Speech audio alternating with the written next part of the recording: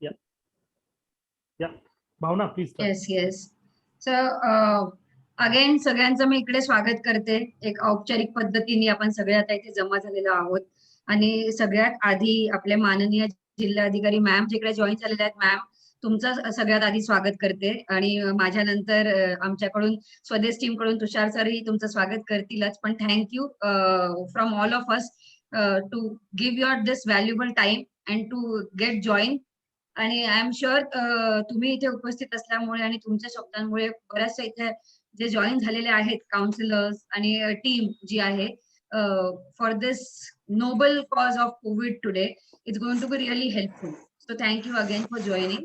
आणि त्याच्यानंतर आपल्याकडे आहे डॉक्टर दाभोळकर सर आहेत, डॉक्टर शिंदे आहेत, स्वदेशची टीम आहे, डॉक्टर सुरेंद्र यादव, तुषार सर, तुमच्या सगळ्यांचंही मी इकडे स्वागत करते.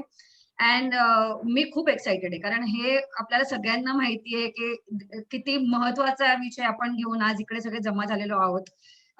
दिस इज ऍक्च्युअली इश्यू जे वॉरियर फ्रंट मध्ये आहेत. आणि मी म्हणेन की इकडे आज सगळे जे जॉईन झालेले आहेत ही माहिती घ्यायला ते सगळे फायटरच आहेत.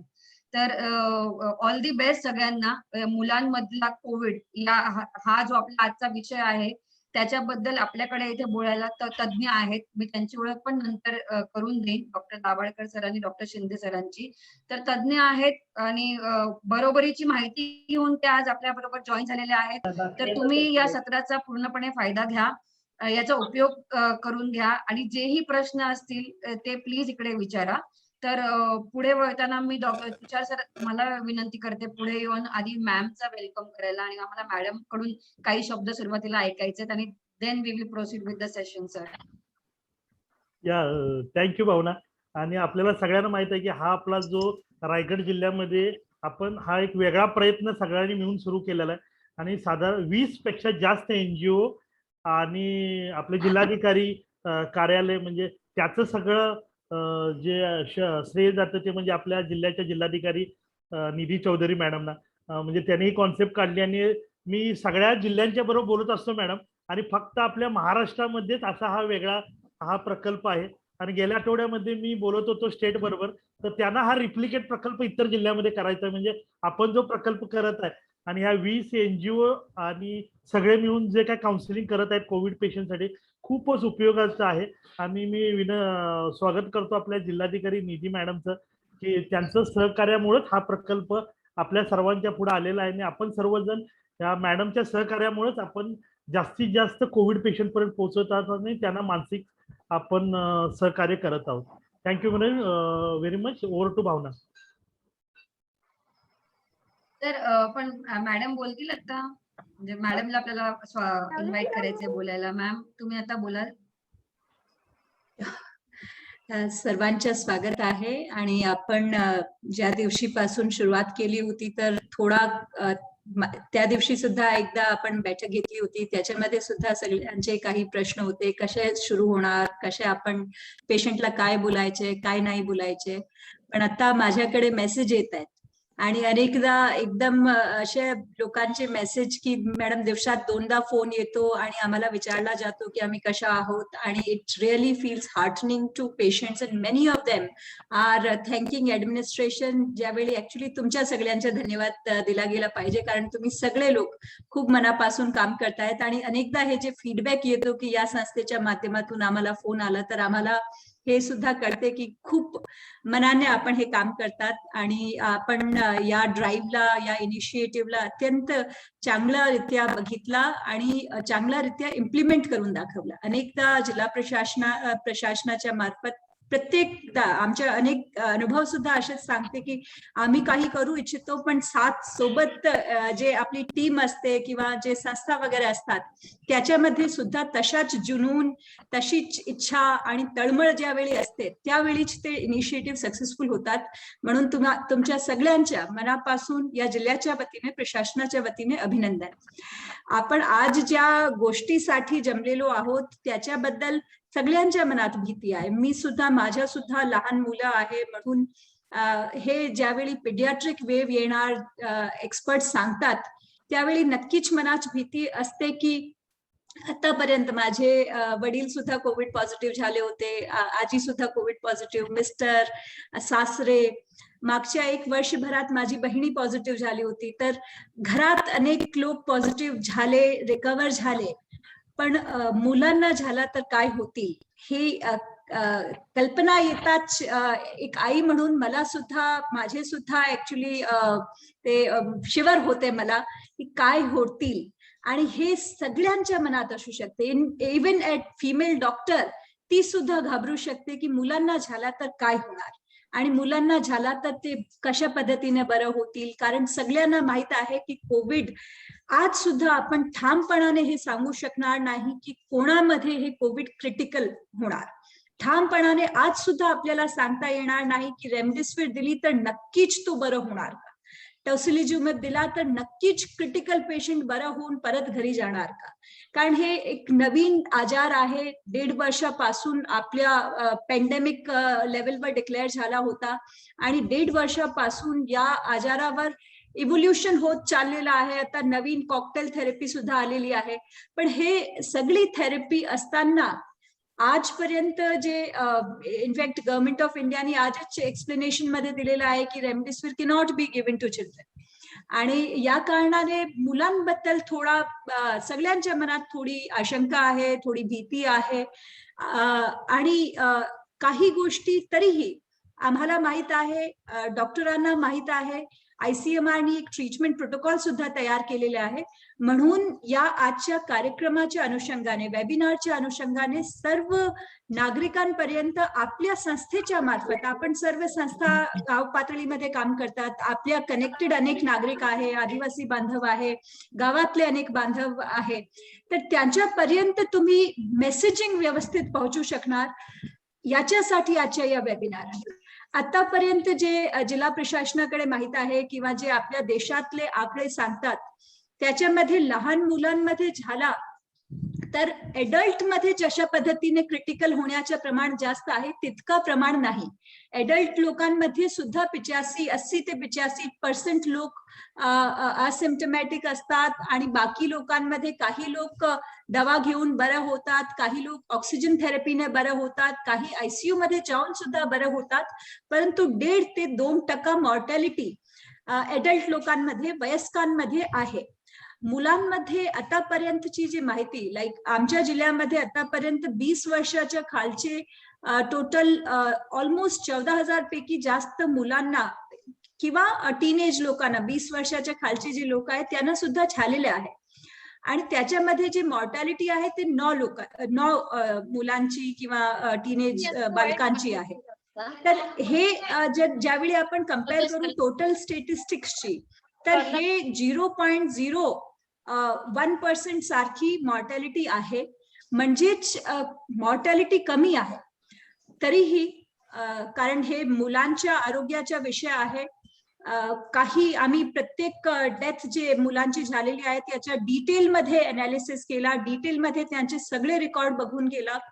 काही मुलं असे होते ज्यांना काही अंडरलाईंग एलिमेंट्स होते, पण काही असे सुद्धा आहे ज्यांच्यामध्ये कुठल्याही एलिमेंट नव्हतं आणि ते हॉस्पिटलमध्ये घरात सुरुवातीच्या काळात एकदम बरं होते, असिम्प्टमॅटिक किंवा माइल्डली सिम्प्टमॅटिक होते आणि नंतर सडनली ते जे आपण SARS म्हणतो, सिव्हिअर अक्यूट रेस्पिरेटरी सिंड्रोम,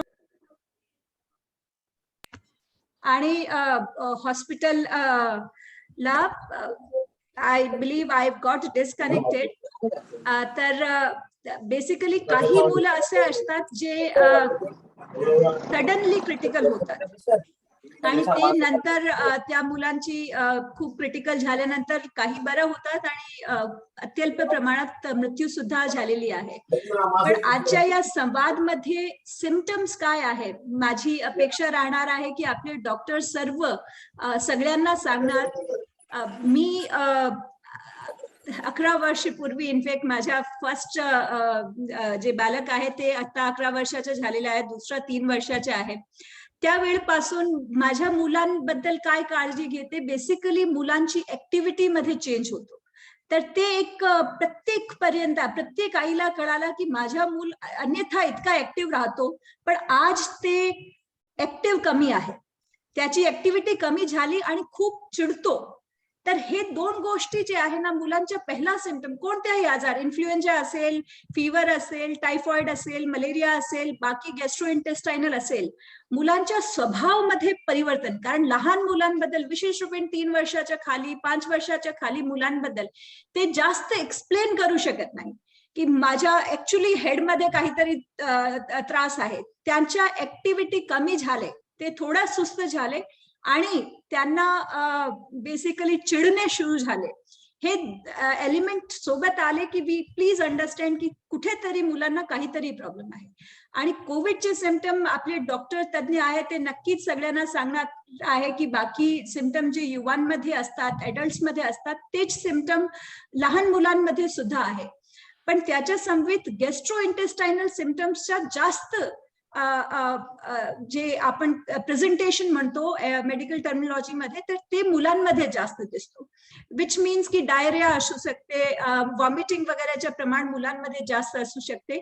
याविषयी सुद्धा जरी आपण गावामध्ये व्यवस्थित इन्फॉर्मेशन दिला, आपला देश जगातली सर्वात जास्त डायरिया डेथ असणारा देश आहे. Which is a very shameful fact to share की आपल्या देशामध्ये डायरियामुळे म्हणजे उलटी दस्तमुळे होणारी मृत्यू लहान मुलांची सर्वात जास्त जगात आहे. म्हणून अनेकदा गावामध्ये की काही नाही, हे तर मागच्या वर्षी सुद्धा झाला होता, कुठेतरी एक निष्काळजीपणा डायरिया बद्दल आपल्या देशामध्ये आहे, म्हणूनच जास्त मृत्यू होते. whereas we should not, must not take diarrhea lightly amongst children, especially below 5 years. एक अजून गोष्टी बोलायच्या याच्याशिवाय, कारण माझ्यापैकी खूप जास्त तज्ञ इथे आलेले आहे आणि ते खूप डिटेलमध्ये आपल्याला सगळी गोष्टी सांगणार. सर्व एनजीओजला माझी विनंती आहे, मुलांसाठी वॅक्सिनेशन, कोविडच्या वॅक्सिनेशन त्यांना मिळणार नाही, अद्याप कोविडच्या वॅक्सिनेशन मुलांसाठी झालेला नाही, पण बाकी जे मिशन इंद्रधनुष अंतर्गत बाकी सगळं लसीकरण असतो ते खूप महत्वाचे आहे. एक लस सुद्धा सुटली आणि ते त्यांना देता आली नाही तर मुलांमध्ये मल्टिपल एलिमेंट्सच्या प्रमाण असू शकते. म्हणून गावापर्यंत हे माहिती, आणि आम्ही पहिली लाटेपासून हे केला होता. इनफॅक्ट सुरुवातीच्या लाट मागच्या वर्षी ज्यावेळी होता, आम्ही आशा आणि अंगणवाडी वर्करला याच कारणाने कोविडच्या कामामध्ये इन्व्हॉल्व केला नाही, जेणेकरून आपल्या जिल्ह्यामध्ये लहान मुलांच्या वॅक्सिनेशन, जे सर्वसामान्य आपण मिशन इंद्रधनुष अंतर्गत BCG, पोलिओ वगैरेच्या वॅक्सिनेशन करतो, ते वॅक्सिनेशन कुठेही प्रभावित होणार नाही. त्या दृष्टीने प्रशासनाने पहिल्या दिवशीपासून काळजी घेतलेली आहे. तरीही कोविडच्या पॅनिकमुळे, कोविडच्या भीतीमुळे जरी काही नागरिक याविषयी पुढे येत नाही, तर आपल्या मार्फत सर्वांना हे मेसेज द्या की त्यांच्या बाकी सगळा वॅक्सिनेशन मिशन इंद्रधनुष पूर्ण झाला तर कोविड झाला तरीही ते जास्त क्रिटिकल होत नाही. अनेक इनफॅक्ट 99.99% मुलं वाचतात कोविडमुळे. कोविडमुळे त्यांना ते जास्त गांभीर्य होत नाही. फक्त 0.01% ची मॉर्टॅलिटी आपल्या जिल्ह्यातली आहे. तशीच आपल्या देशामधली परिस्थिती सुद्धा आहे.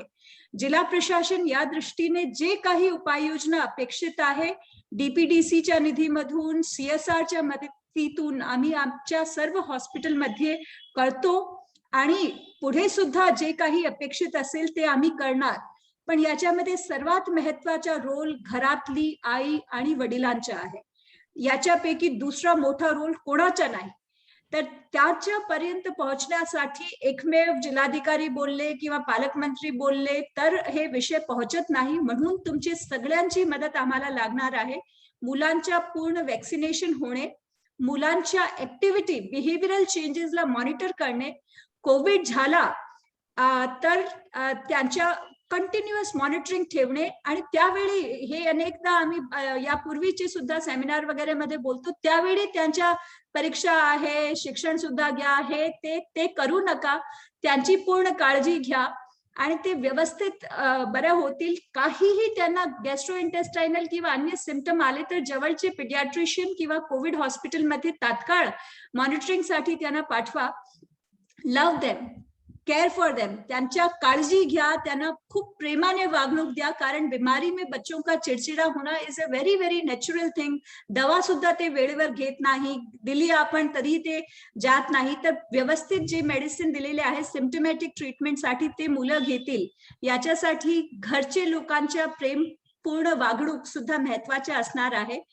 आणि शेवटची बाब म्हणून, कोविड झाला, असिम्पटमॅटिक कोविड निघून जातो, पण पुढच्या 90 दिवसामध्ये परत जरी रिलॅप्स झाला, ते कोविडच्या रिलॅप्स होत नाही, परंतु multi organ inflammatory syndrome MISC, multi organ inflammatory syndrome due to COVID, या कारणाने सुद्धा काही मूल क्रिटिकल होऊ शकतात. आपल्या जिल्ह्यामध्ये सुद्धा 3 बालकांची मृत्यू ते कोविड नव्हता, रिकवर झालेले होते. 90 दिवसामध्ये त्यांना हे परत दुसरा इन्फेक्शन झाला, किंवा आपण हे म्हणू शकतो की मल्टी इन्फ्लेशनरी सिंड्रोम आला आणि त्यांची मृत्यू झाली.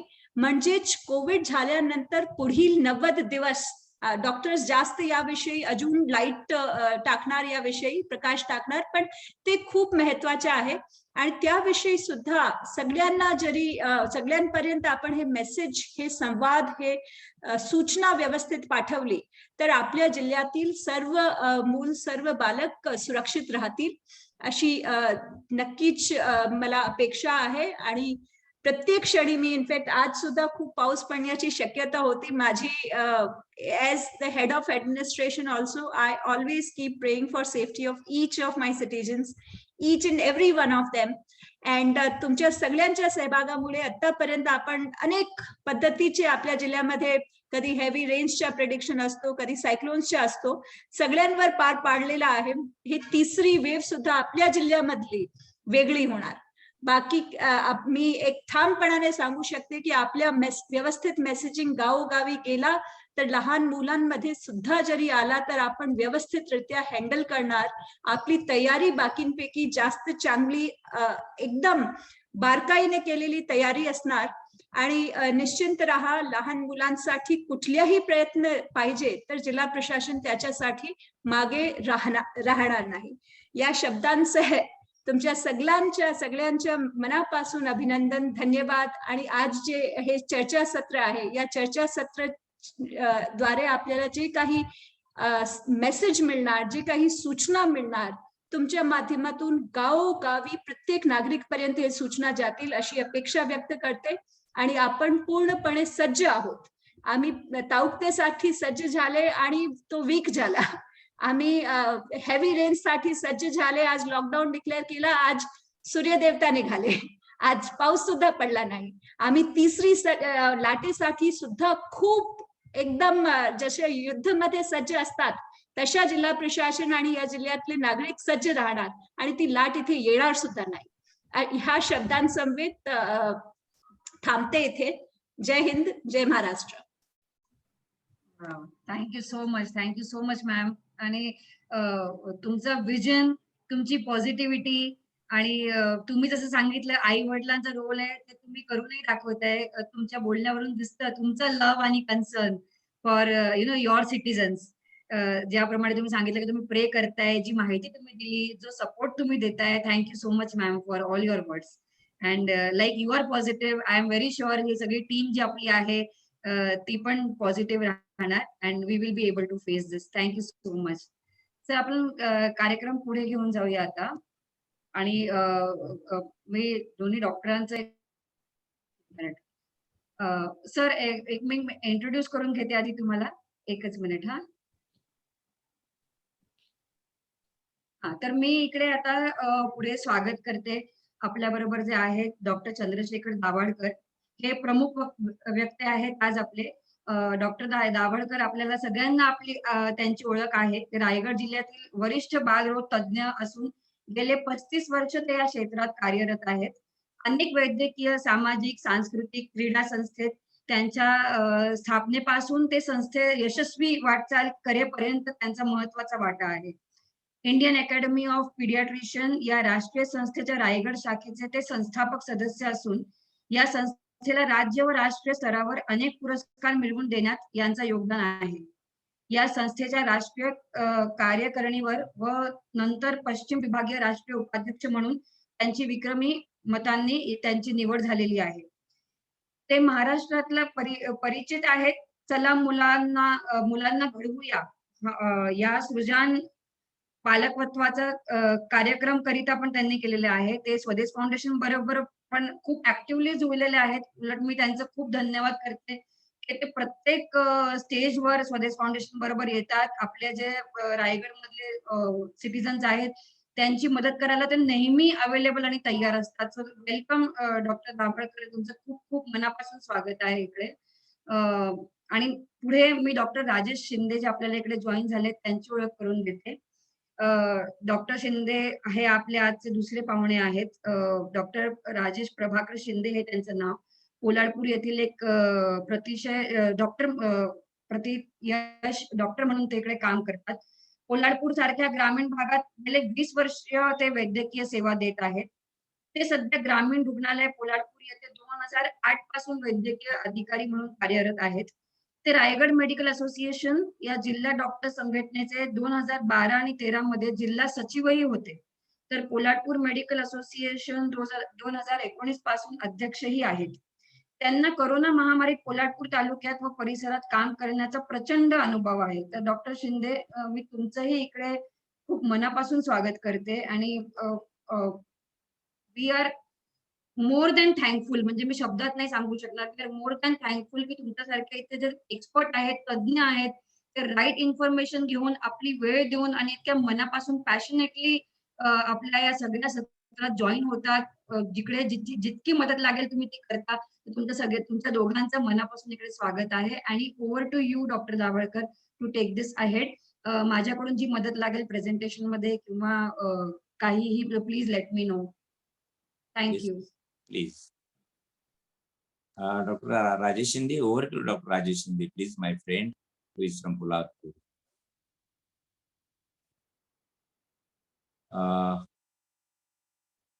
Should I start talking? Yes, yes. Visible and audible. Yes. माझ्या प्रिय बांधवांनो,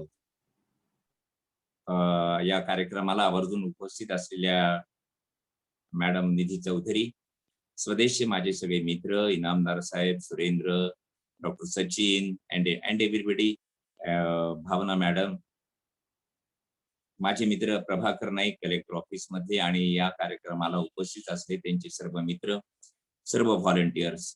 I am really impressed with what madam Nidhi Choudhary talk. Madam, I do agree that you are doing a lot of work. Please accept my compliments as a pediatrician. I am regularly meeting Prantadhikari of Mahad, and the way you are working for COVID, especially for children, is really fantastic. Please accept my compliments. Second thing, as you said, and it's really our will and wish that third wave should not come. Children should not affect a lot to the great extent like in second wave. And I also wish the same. But as our Chief Minister said that we should be prepared for that. And I give on behalf of Indian Academy of Pediatrics, I give you assurance that we will do whatever best we can do for our Raigad district. एवढं बोलून मला असं वाटतं doctor निधी चौधरींचे मी आभार मानतो, प्रभाकर नाईकांचे त्यांनी मला बोलावल्याबद्दल, आणि सगळ्या व्हॉलेंटियरचे देखील मी इथं मनापासून स्वागत करतो. आपण तीनच गोष्टी शिकणार आहोत इथे. एक, कोविड कसा ओळखायचा. नंबर 2, की सौम्य कोविड असेल तर तो मॉडरेट तर होत नाहीये ना, तो सिरियस तर होत नाही ना, ह्याच्याबद्दल आपण काही चर्चा करणार आहोत. आणि तिसरी आणि महत्वाची गोष्ट म्हणजे की जर कोविड झाला असेल किंवा सस्पेक्टेड कोविड असेल, की ज्याला आपल्याला शंका आहे की कोविड होण्याची शक्यता आहे, तर अशा लोकांना आपण काय काउन्सिलिंग करणार आहोत, काय सांगणार आहोत, या 3 गोष्टी आपण शिकणार आहोत. आणि त्यानंतर तुमचे जे काही प्रश्न असतील त्या प्रश्नांना मला असं वाटतं सगळ्यांचे उत्तर द्यायला मला अत्यंत आनंद होईल. आणि let us start our slide sharing. Doctor Rajesh Shinde, please. Yes. Bhavana madam, can you share first slide? Can you share first slide? Yes, second slide please. Okay. आपण जी माहिती घेणार आहोत माझ्या बांधवांना, ते कोविड स्वरूप, व्याप्ती आणि तिसरी लाट आणि मुले. कोविडमध्ये लक्षणं चाचण्या आपण केव्हा कुठल्या करणार आहोत. वेगवेगळ्या दृष्टिकोन म्हणजे बाळ पॉझिटिव्ह आई वडील निगेटिव्ह आहेत. आज बरेच जणांनी विचारलं मला, किंवा आई वडील पॉझिटिव्ह आहेत, बाळ निगेटिव्ह आहे, किंवा तिघही पॉझिटिव्ह, तर काय करायला पाहिजे, त्याच्या अर्थ लक्षणं कुठली आहेत. त्याच्यानंतर कोविड मध्ये आपण प्रतिबंधन, आपल्याला लहान मुलांना कोविड कसा टाळता येईल. ऍज अ सामान्य माणूस आपण डॉक्टरांकरता बोलणार नाही आहोत, आपण फारशा अकॅडमिक टर्म्स वापरणार नाही आहोत, फारसं आपण इंग्लिश वापरणार नाही, पण तुम्हाला कळावं ह्या दृष्टीने मी जास्त बोलण्याचा प्रयत्न करणार आहे. कोविड आणि कुपोषण, ते कुपोषणामुळे कोविड होऊ शकतो, कोविडमुळे कुपोषण होऊ शकेल, आणि पुढच्या कदाचित काही वर्षात आपल्याला कुपोषणाचा फार वेगळ्या पद्धतीने सामना करावा लागेल. आणि जसं मॅडम निधी चौधरी, कोविड आणि मुलांची मानसिकता ही कशी बदलेल, त्यार्थ काय करायला पाहिजे, स्तनपानात लसीकरण करावं की नाही, गर्भावस्थेत करावं का नाही, किशोरावस्थेत करावं का नाही, कुठली लस द्यावी, आणि आपली सामाजिक काय जबाबदारी, या गोष्टी आपण बघणार आहोत. Rajesh, you are ready? Rajesh Shinde, are you ready? Next slide please. Rajesh Shinde, are you ready? Rajesh Shinde दिसत नाहीये व्हिडिओमध्ये. त्यांना कोणीतरी फोन करा ना, प्रभाकर. मी करतो फोन सर त्यांना. जनरली आपण हे बघतो की कोविड स्वरूप व्याप्ती, तिसरी लाट आणि मुले, ह्याच्यावर आपण जस्ट पहिल्या भागात एक 5-10 मिनिटात हे करणार आहोत. त्याचं स्वरूप काय, की तुम्हाला माझ्या मित्रांनो, नेक्स्ट अँड नेक्स्ट, माझ्या मित्रांनो, तुम्हाला माहिती आहे की हा कोविड हा साधारण डिसेंबर 2019 मध्ये चीनमध्ये सुरू झाला, आणि तिथे न्यूमोनिया डायग्नोज झाले की कदाचित हा कुठला तरी वेगळा व्हायरस आहे, आणि त्यानंतर तो पूर्ण वुहान मधून, चायनामधून जवळजवळ 250 ते 300 देशात पसरला. अत्यंत दुर्दैवाची गोष्ट अशी की हा देशात पसरत असताना ह्या व्हायरसने, ह्या विषाणूने पूर्ण जगात थैमान घातलंय, आपलं संपूर्ण आयुष्य व्यापून टाकलंय. ह्याचा परिणाम आपल्या आरोग्यावर झाला, ह्याचा परिणाम सांस्कृतिक क्षेत्रावर झाला, सामाजिक क्षेत्रावर झाला, आर्थिक क्षेत्रावर प्रचंड परिणाम झाला, आहाराच्या क्षेत्रावर परिणाम झाला, आणि आपले सगळे व्यवसाय, बेरोजगारी वाढली, रोजंदार गेले, लोकांचे कारखाने बंद पडले, आणि हा आजार एक विचित्र स्वरूप घेतोय. माझ्या बांधवांनो, या ठिकाणी मी तुम्हाला आवर्जून एक गोष्ट सांगू इच्छितो की हा आजार सुरू झाला तेव्हा एक गोष्ट प्रकर्षाने लक्षात आली की आज आपण जगात अण्वस्त्र निर्माण केलेत वेगवेगळ्या देशांनी, आणि या सगळ्या देशांनी जर अण्वस्त्र वापरायचं ठरवलं तर ह्या पृथ्वीचा 7 वेळेस विनाश होईल, एवढे अण्वस्त्र आपल्याकडे आहे. आपण आज मंगळावर जातो, आपण चंद्रावर पाऊल ठेवलेले आहे, पण दुर्दैवाची गोष्ट अशी त्या छोटासा एक विषाणू, असं म्हणतात की एका सुईच्या टोकावर कोट्यावधी जंतू बसतील. हा विषाणू, त्या पूर्ण जगातले विषाणू जरी एकत्र केले तरी फक्त ज्याचं वजन 2 ग्राम भरेल, अशा विषाणूंनी आज आपल्याला गुडघे टेकायला लावलेले आहेत. आणि मग पहिली लाट झाली, दुसरी लाट झाली. या बाबतीत मी तुम्हाला असं सांगू इच्छितो की लाट म्हणजे काय, की आपण साध्या सोप्या भाषेत, बरेच जण माझे पेशंट येतात ते मला विचार, डॉक्टर लाट म्हणजे काय, कशी लाट येते, ही समुद्राची लाट असते का? मी तुम्हाला सांगतो माझ्या प्रिय बांधवांनो, आणि हे तुम्ही तुमच्या पेशंटला समजावून सांगा की जेव्हा एखादी मोठी साथ पसरते आणि ते जगात पसरते, ग्लोबल, ज्याला महामारी, पॅन्डेमिक म्हणतात, तेव्हा खूप पेशंट वाढतात आणि ते हळूहळू काही कालांतराने कमी व्हायला लागतात. ते 5-10% पेक्षा कमी झाले तर आपण म्हणतो लाट उसरली. पण जेव्हा या व्हायरसला जेव्हा चांगलं वातावरण मिळतं तेव्हा परत हे व्हायरस वाढायला लागतात. विशेषतः आपण जर बेफिकीर असो, हे व्हायरस वाढायला लागतात आणि परत हे समाजात वाढतात. पहिल्या लाटेपेक्षा बाय अँड लार्ज, साधारणतः पहिल्या लाटेपेक्षा दुसरी लाट ही सौम्य असते, आणि त्याच्यानंतर असेच 5% परत डोंगरासारखे वाढतात. दुसरी लाट कमी होते, 5% पेशंट कमी होतात, आणि मग जेव्हा कमी होतात आणि व्हायरस जेव्हा विषाणूला, जेव्हा हे वातावरण निर्मिती चांगली होते, त्यांची वाढ होण्याकरता वातावरण चांगलं असतं, तेव्हा परत वाढायला लागतात आणि तिसरी लाट येते. जनरली बहुतांशी साथीत काय होतं माझ्या मित्रांनो, की पहिली लाट ही फार गंभीर प्रकारची असते, दुसरी लाट जरा सौम्य होते, तिसरी लाट सौम्य होते, आणि त्यानंतर हळूहळू लाट ओसरत जाते. कारण त्याला आमच्या भाषेत, की ते तुम्ही लक्षात ठेवण्याची गरज नाही, त्याला हर्ड इम्युनिटी म्हणतात, की बरेच लोक जेव्हा हे होतात तेव्हा बरेच लोकात प्रतिकार शक्ती निर्माण होते. पण दुर्दैवाची गोष्ट अशी की जेव्हा पहिली लाट येऊन गेली तेव्हा झालं काय, की आम्ही बेफिकीर राहिलो. तेव्हा आम्हाला असं वाटलं की आता परत होणार नाही, आम्ही मग आमचे मास्क फेकून दिले, आम्ही सोशल डिस्टन्सिंग विसरून गेलो. ज्या टीव्हीवर आपण बातम्या पाहतो, फज्जा उडाला, मटण घ्यायला गर्दी, चिकन घ्यायला गर्दी, किराणा दुकानात गर्दी, लग्नाला गर्दी, बारशाला गर्दी, मंदिरात गर्दी, समारंभाला गर्दी. आणि ह्यामुळे दुसरी लाट दुर्दैवाने आपण गाफील राहिल्यामुळे जास्त आलो. पण जसं आता निधी मॅडम म्हणल्या, माझी अशी बालरोगतज्ञ म्हणून इच्छा आहे की ही तिसरी लाट येऊ नये, पण त्याकरता आपण जास्त सजग राहायला पाहिजे. आपण जे प्रशासनाने सांगितलं, साध्या 3च गोष्टी सांगितल्या त्यांनी, बाकीच्या आपण बघणार आहोत की मास्क वापरा, सॅनिटायझेशन आणि सोशल डिस्टन्स. ह्या 3 गोष्टी जर, कारण की मास्क आणि ह्या 3 गोष्टी आपल्याला पुढचे 1-2 वर्ष आपल्याबरोबर राहणार आहे, हे जर केलं तर कदाचित तिसरी लाट येणार नाही. Next slide please. आणि असं म्हणतात की मुलं इन्व्हॉल्व्ह होतील का? Yes sir sorry, technical problem होता, अनम्यूट झालं होतं, त्यामुळे झालो नाही जॉईन. जॉईन झालो तर तुम्ही प्रॉब्लेम येतात डॉक्टर राजेश. सर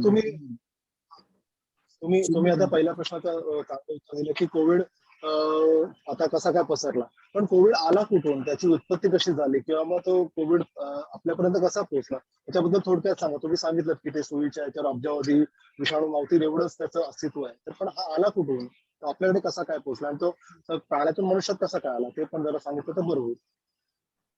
नाही डॉक्टर शिंदे, आपण कोविडचं आपण सगळं बुलावच करू, व्याप्ती कशी झाली, तिसरी लाट कशी झाली, आणि आपण ह्या मुद्द्यावर आता आलो की हा पहिला मुद्दा आपण की मुलामध्ये हा कोविड होईल का नाही.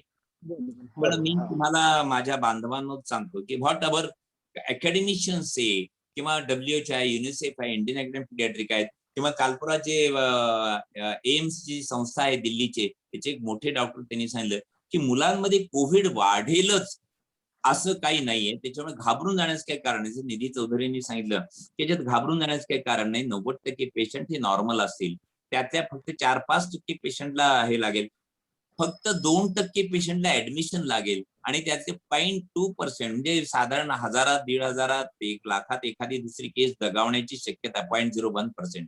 त्याच्यामुळे मला असं वाटतं की आपल्याला जर आपण आपला रायगड जिल्ह्याचं स्टॅटिस्टिक्स पाहिलं तर 1 ते 21 मे ह्या 1 महिन्यात 15 वर्षाखालचे जवळजवळ 1815, जवळ 2000 मुलंच इन्व्हॉल्व्ह झालेले, आणि यातल्या 90% मुलांना, म्हणजे 1600-1700 मुलांना हा अत्यंत सौम्य प्रकारचा आजार झालेला आहे. त्याच्यामुळे मला असं वाटतं की यात घाबरून जाऊ नका. ही कदाचित लाट मुलात येणारे नाही, पण सगळ्यात महत्वाचं की मुख्यमंत्र्यापासून ते जिल्हाधिकारी, प्रांत आणि तहसीलदार सगळेजण, आणि आम्ही डॉक्टर जे म्हणतो की घाबरून जाण्याचं काही कारण नाही, काळजीचं काही कारण नाही, पण तंतोतंत काळजी आपण घ्यायला पाहिजे. ओके, मुलांची कशी काळजी घ्यायला पाहिजे, विशेषतः सामान्य लोकांनी, आणि जे अत्यंत माझ्याकडे जे काउन्सिलिंग करणारे लोक जमा झाले त्यांना मी आवर्जून सांगू इच्छिन की काउन्सिलिंग कशी करायला पाहिजे. Next slide please. सर तुम्ही म्हणाला की ह्या सगळ्यांमध्ये लहान मुलांमध्ये कोविड होईल, लहान मुलांमध्ये. Next slide madam. कोविड होईल म्हणतात, पण हा या कोविडमध्ये, लहान मुलांच्या कोविडमध्ये आणि मोठ्या माणसाच्या कोविडमध्ये लक्षणामध्ये काय फरक असणार आहे का? ऍब्सोल्युटली नाही. साधारण सगळे सिम्पटम सारखे दिसत आहेत. उदाहरणार्थ सर्दी होणे, ताप येणे, दम लागणे, खोकला येणे, हे साधारण लक्षण आहेत. पण सगळ्यात महत्वाचं असं की कदाचित मुलात उलटी जुलाब जास्त होण्याची शक्यता आहे, पोट दुखण्याची जास्त शक्यता आहे, आणि हे साधारण मुलामधील लक्षणं वेगळे असल्यामुळे व्हायरस तोच आहे. व्हायरस वेगळा आहे का मुलांचा? नाही, म्युटेशन होईल कदाचित, व्हायरस तोच आहे, लक्षणं सारखे आहेत. काही लक्षणं अधिक आहेत, मुलांना हे लक्षणं सांगता नाही येणार की मला वास घेता येत नाही, मला चव कळत नाही, मुलांना लक्षणं साधता येणार. पण हे जर सगळे लक्षणं असतील जे मी आता सांगितले, नेक्स्ट प्लीज, हे जर सगळे लक्षणं असतील, डोकेदुखी, अंगदुखी, अशक्तपणा आणि उलटी जुलाब असतील, आणि घरी जर कोणाला तरी गेल्या 1, 2, 3 महिन्यात जर कोविडचा संपर्क झाला असेल, तर मला असं वाटतं की अशा मुलात कोविड हा जास्त सस्पेक्ट करायला पाहिजे, की आपण लक्षात घ्यायला पाहिजे. व्हॉलेंटियर्सने परत सांगतो की मला 2 प्रकारचे लोक भेटतात, नाही याला कोविड होऊन शक्यच नाही, आम्ही टेस्ट करणार नाहीत, आणि एक प्रकारचे डॉक्टर त्याचं सिटी स्कॅन करा, एक्सरे करा, अमके करा, रक्ताची तपासण्या करा. पण मी तुम्हाला परत एकदा सांगतो की सौम्य आजार झाला असेल तर मला असं वाटतं की यू शुड सस्पेक्ट कोविड, त्याचे रिपोर्ट येईपर्यंत सस्पेक्टेड कोविड म्हणूनच आपण त्याला ठेवायला पाहिजे, आणि त्याप्रमाणे त्याच्याकडे बघायला पाहिजे. Am I correct doctor Shinde? Yes sir, बरोबर आहे. पण तुम्ही म्हणता की आपण सध्या तापाची साथच आहे, किंवा हे पावसाळ्याजन्य तापाची साथ येणार आहे म्हणून, पण याच्यामध्ये ताप येणारा कोविड आणि इतर कोविड, आपण पहिल्या दिवशी ताप आला त्यांना कोविड म्हणायचं का? त्या 2-3 दिवस थांबायचं नंतर कोविडसाठी टेस्ट करायच्या, टेस्ट कधी करायच्या किंवा लक्षणं कधी आढळल्यानंतर कधी टेस्ट करायच्या? Madam next slide please. Madam be attentive and next slide please. Okay. सगळ्यात महत्वाचं की आपण हे कधी करायचं, टेस्ट कधी करायची मुलांची. ओके. तर जेव्हा एक महत्वाचं की जसं मी सांगितलं की काय झालंय की कोविडचे लक्षणं आणि साधारण सर्दी ताप पडसं खोकला जे आपण फ्ल्यू म्हणतो त्यांचे लक्षणं साधारण सारखेच आहेत. पण त्यात महत्वाचं की ताप 102 पेक्षा पुढे असेल, मुलाला बाकीचे काही लक्षणं दिसत असतील आणि सगळ्यात महत्वाचं की घरी कोणाला गेले काही दिवसात कोविड होऊन गेला असेल किंवा बाळ कोणाच्या संपर्कात आला असेल, तर अशा वेळेस टेस्ट करणं जास्त आवश्यक आहे. तर 3 गोष्टी, एक कोविडची लक्षणं दिसतायत साधे सर्दी पडशाचे आणि महामारीची साथ चालू आहे अशा वेळेस टेस्ट करायला पाहिजे. घरी कोणाला कोविड होऊन गेला असेल तर निश्चितपणे हे टेस्ट करायला पाहिजे. आणि आणि जर बाळ आपल्याला असं वाटते सिरियस होत असेल तर मला असं वाटतं की पहिल्यांदा सध्या ही महामारी असल्यामुळे रॅपिड अँटीजन टेस्ट आणि माझ्या माहितीप्रमाणे हल्ली रॅपिड अँटीजन टेस्ट आशा वर्करने रॅपिड अँटीजन टेस्ट करण्याची, कारण की हा कोविड खेड्यापाड्यात पसरतोय त्याच्यामुळे त्यांना कोविड ही टेस्ट करण्याची एक आपण परवानगी दिलेली आहे. तर मुलामध्ये रॅपिड अँटीजन टेस्ट हे ताबडतोब करणं जास्त आवश्यक आहे. कधी करायला पाहिजे मी ते सांगितलं की ताप भरपूर आहे आणि बाकीचे लक्षण आहेत तेव्हा करायला पाहिजे. ओके. दुसरा प्रश्न असा राहिला मॅडम पहिला दुसरा प्रश्न असा राहिला की ह्या टेस्ट कुठल्या कराव्यात. ओके. रॅपिड अँटीजन टेस्ट ही एक महत्वाची टेस्ट आहे आणि आरटीपीसीआर या 2 टेस्ट आहेत. रॅपिड अँटीजन टेस्ट बद्दल मी तुम्हाला सांगू इच्छितो. त्याचे फायदे असे, एक कमी खर्चात होते ही, पण कमी खर्चात होती म्हणून करतो अशातला भाग नाही. दुसरी गोष्ट तिचा रिझल्ट जो आपल्याला तो लगेच मिळतो. दोन्ही ते लक्षात ठेवा, दोन्ही ते कुठलेही रक्त घेण्याची काही गरज नाही. ज्याला नेझोफॅरिंजियल स्वाब म्हणतात तो नेझोफॅरिंजियल स्वाब घ्यायला पाहिजे आणि तो घेतल्यानंतर जर रॅपिड अँटीजन टेस्ट पॉझिटिव्ह असेल एखाद्या तासात 15-20 मिनिटातच आपल्याला रिपोर्ट मिळतो. तर ते पॉझिटिव्ह असेल तर मला असं वाटतं की त्याला हे पॉझिटिव्ह आहेच आहे, त्याला कोविड आजार आहेच आहे. पण हा निगेटिव्ह असेल तर सगळ्यात माझी कोणाला तरी अशी विनंती की हे जे लोक दिसतायत आणि ते स्पेअर दिसतोय पटकन त्यांना ऍडमिट करा आणि हे करा, म्हणजे मग ते तो स्पेअर किंवा तो काळा ठिपका आपल्या स्लाइडवर जास्त वेळ राहणार नाही. ओके. तर सगळ्यात महत्वाचं असं की रॅपिड अँटीजन टेस्ट जर पॉझिटिव्ह असेल तर मला असं वाटतं की कोविड पॉझिटिव्ह आहे, वाटतं का कोविड पॉझिटिव्ह आहे, पण जर ती निगेटिव्ह असेल तर त्याचा अर्थ असा की त्याचं कोविड नाहीच आहे अशातला भाग नाही. आणि या ठिकाणी मी तुम्हाला सगळ्यांना व्हॉट इज फॉल्स पॉझिटिव्ह आणि फॉल्स निगेटिव्ह म्हणजे काय सांगतोय, त्याच्यामुळे गैरसमज खूप होत आहेत. एक फॉल्स पॉझिटिव्ह म्हणजे काय की कोविड हा आजार नाहीये पण टेस्ट पॉझिटिव्ह आलेली आहे. असं साधारण कोविडमध्ये सहसा होत नाही. फॉल्स पॉझिटिव्ह टेस्ट सहसा येतच नाही असं समजा. की आणखी एक साधं उदाहरण द्यायचं झालं तर मला टीबीचे काहीच लक्षणं नाहीयेत पण माझे काही टेस्ट पॉझिटिव्ह आलेले आहेत. मी टीबीच्या संपर्कात नाही, काही नाही, मला हा आजार नाहीये पण काही टेस्ट पॉझिटिव्ह आल्यात.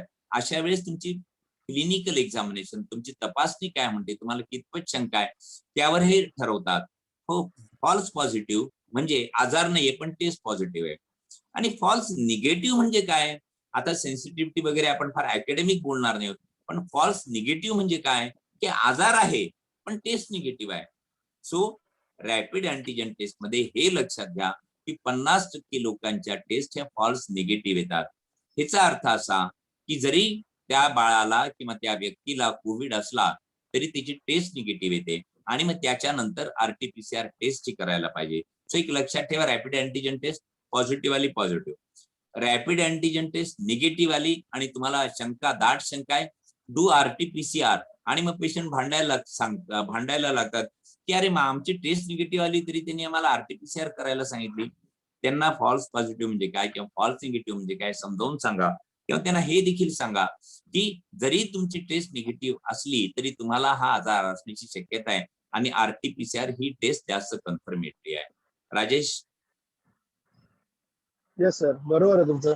तर हे झालं तुम्ही चाचण्या करण्याबद्दल सांगितलं, पण समजा घरीच एखाद्याला ताप येतो तर त्यासाठी काय काय मेजर घ्यायला पाहिजे, आपण ताप बघायला पाहिजे, पल्स ऑक्सिमीटर नावाची वस्तू नवीन आले, रेस्पिरेटरी सेट, याविषयी जरा तुम्ही सविस्तर सांगितलं तर बरं होईल सर. Madam next. नाही सगळ्यात महत्वाचं काय की आपण ते शिकणार आहोत की कुठले कुठले लक्षणं आपल्याला दिसत आहेत. आणि यात महत्वाचं असं की ह्या ज्या बाकीचे जे लक्षण आहेत त्याचा आपण एक चार्ट ठेवायला पाहिजे. तो चार्ट पण मी तुम्हाला नंतर दाखवेल. आणि ते चार्ट यात महत्वाचं की बाळाचा पल्स ऑक्स कसा आहे, म्हणजे ऑक्सिजन कॉन्सन्ट्रेशन किती आहे, बाळाचं टेम्परेचर किती आहे, बाळाला रेस्पिरेटरी रेट किती आहे, ह्या जर काही गोष्टी मला असं वाटतं जर आपल्याला पाहायला मिळाल्या आणि बाळाचं युरिन आउटपुट किती आहे, बाळ निश्चित आहे का, ह्या 4-5 गोष्टी आपण घरी बघायच्यात. हार्ट रेट कदाचित पल्स तुम्हाला मोजता येणार नाही, पण रेस्पिरेटरी रेट श्वसनाची गती किती आहे, बाळाचं ऑक्सिजन कॉन्सन्ट्रेशन किती आहे, बाळाचं ताप किती आहे, बाळाची एकंदर परिस्थिती कशी आहे, बाळ फार निश्चित आहे का इरिटेबल आहे, आणि त्याची लघवी किती होते, ह्या 5 गोष्टी आपण दर 3 तासांनी बघणार आहोत. बाळाला जर परसिस्टंटली 102 पेक्षा जास्त ताप असेल, बाळाचं ऑक्सिजन कॉन्सन्ट्रेशन जर 95 पेक्षा कमी झालं, लगेच डॉक्टरांशी संपर्क साधा. पण ते एक रेकॉर्ड ठेवा. आणि बाळाचं रेस्पिरेटरी रेट, श्वसनाची गती, वेगवेगळ्या ह्याच्यात ते आपण नंतर पुढच्या भागात बघणार आहोत की वेगवेगळ्या काय, जेवढं बाळ लहान त्याची तेवढी श्वसनाची गती जास्त असते. आणि बाळाची श्वसनाची गती किती आहे, बाळ 1 महिन्याच्या खाली असेल 60 पेक्षा 1 वर्षाच्या खाली असेल आणि 60 पेक्षा जास्त असेल तर प्रोबॅबली बाळाला दम लागलेला आहे. 1 ते 5 वर्षाचे आणि 40 पेक्षा जास्त, 50 पेक्षा जास्त 1 ते 5 वर्षात तर बाळाला दम लागलेला आहे. किंवा बाळ 5 वर्ष ते ऍडल्ट होईपर्यंत साधारण 30 पेक्षा जास्त असेल तर तिची श्वसनाची गती जास्त आहे. ती श्वसनाची गती कशी बघायची काही नाही, आपण पुढच्या भागात निश्चितपणे बघूया. बरोबर आहे सर. आता तुम्ही आता बरेचसे प्रश्न पण येत होते जे आमच्याकडे आलेले आहेत. त्यापैकी एक प्रश्न आपण हा विषय इथे घेणार होतो की समजा वेगवेगळ्या परिस्थितीमध्ये वेगवेगळे दृष्टिकोन आपला अनुभवायला लागतो किंवा परिस्थिती वेगवेगळी समोर येते की आई वडील पॉझिटिव्ह असतात, बाळ निगेटिव्ह असतं, बाळ पॉझिटिव्ह असतं, आई वडील निगेटिव्ह असतात किंवा तिघे पण पॉझिटिव्ह असतात. अशा परिस्थितीमध्ये आपण काय करायला पाहिजे, जरा तुम्ही याचं सविस्तर सांगितलं तर बरं होईल. राजेश, स्लाइड पुढे करायला तूच मॅडमला सांग, मला बोलताना जरासा मग येस सर. ओके. सगळ्यात राजेश शिंदे, तुम्ही जे मला विचारलं की वेगवेगळ्या परिस्थितीत वेगवेगळ्या दृष्टिकोनाचं महत्वाचं असं, आणि बरेच जण विचारतात घरी बाळ निगेटिव्ह दोन्ही पालक पॉझिटिव्ह तर काय करायचं. मी माझ्या सगळ्या बंधू भगिनींना सांगू इच्छितो, आणि तुम्हाला मला वाटतं तुम्ही समाजात काम करा, तुम्ही व्हॉलंटियर आहात, तुम्ही समाजसेवक आहात आणि ह्या काही गोष्टी तुम्हाला सविस्तर माहिती पाहिजे, ती फारशी चर्चा केली जात नाही, आणि ह्या काही गोष्टीवर आपण भर द्यायला पाहिजे, ह्या गोष्टीवर आपण सविस्तर चर्चा करायला पाहिजे. बाळ निगेटिव्ह दोन्ही पालक पॉझिटिव्ह तर काय करायचं. सगळ्या बाळांना आपल्याला एकच परिमाण लावता येईल का, सगळ्यांना एकच गोष्ट सांगता येईल का.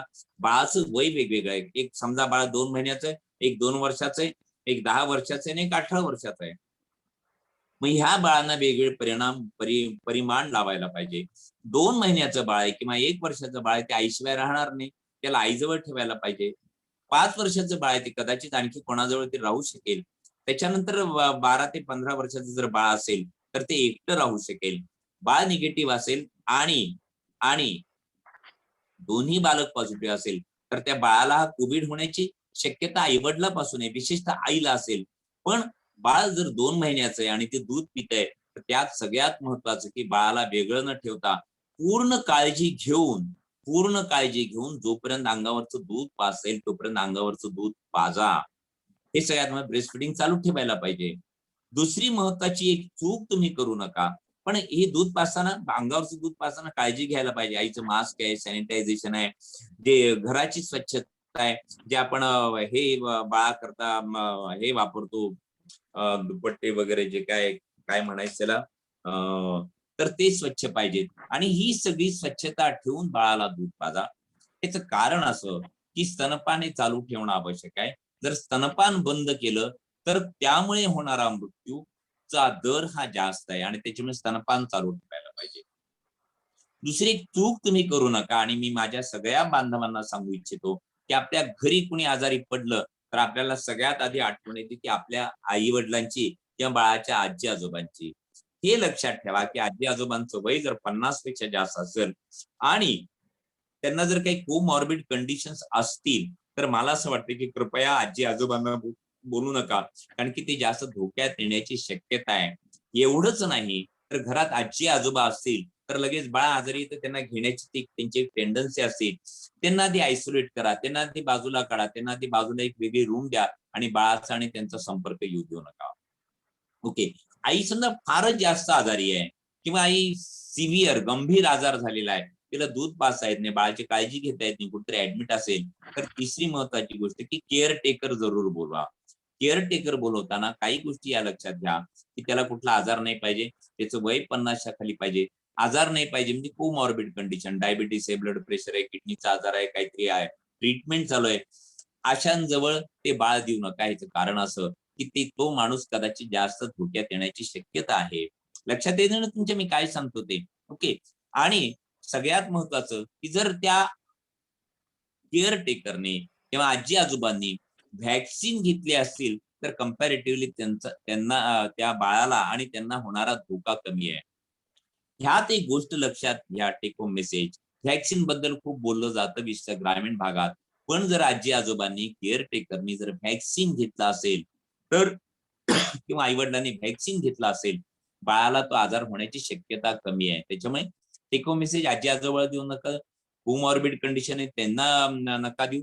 त्याच्यानंतर ज्यांचे व्हॅक्सिन झालेले त्यांना घरी बोलून घ्या, आणि आई किंवा वडील किंवा आणखी खूप गंभीर असेल तर बाळाला कुठल्या तरी केअरटेकर कडे घ्या ज्याला ह्या सगळ्या गोष्टी नाहीयेत.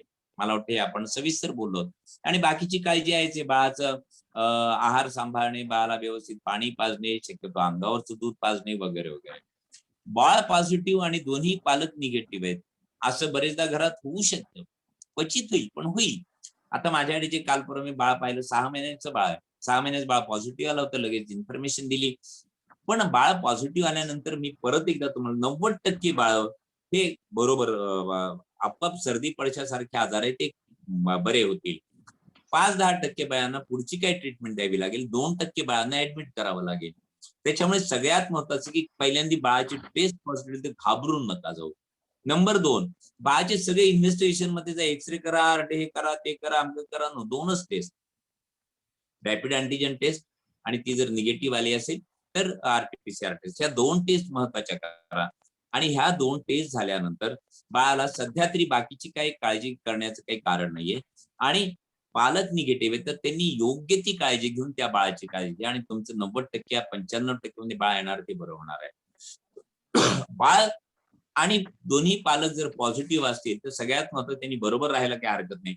पण घरच्या सगळ्या माणसांनी घरी कुणीही पॉझिटिव्ह आला असेल तरी बाकीच्यांनी सेफ डिस्टन्स आहे, मास्क आहे, घरच्या सगळ्यांनी मास्क वापरणं आवश्यक आहे, आणि सॅनिटायझेशन आहे.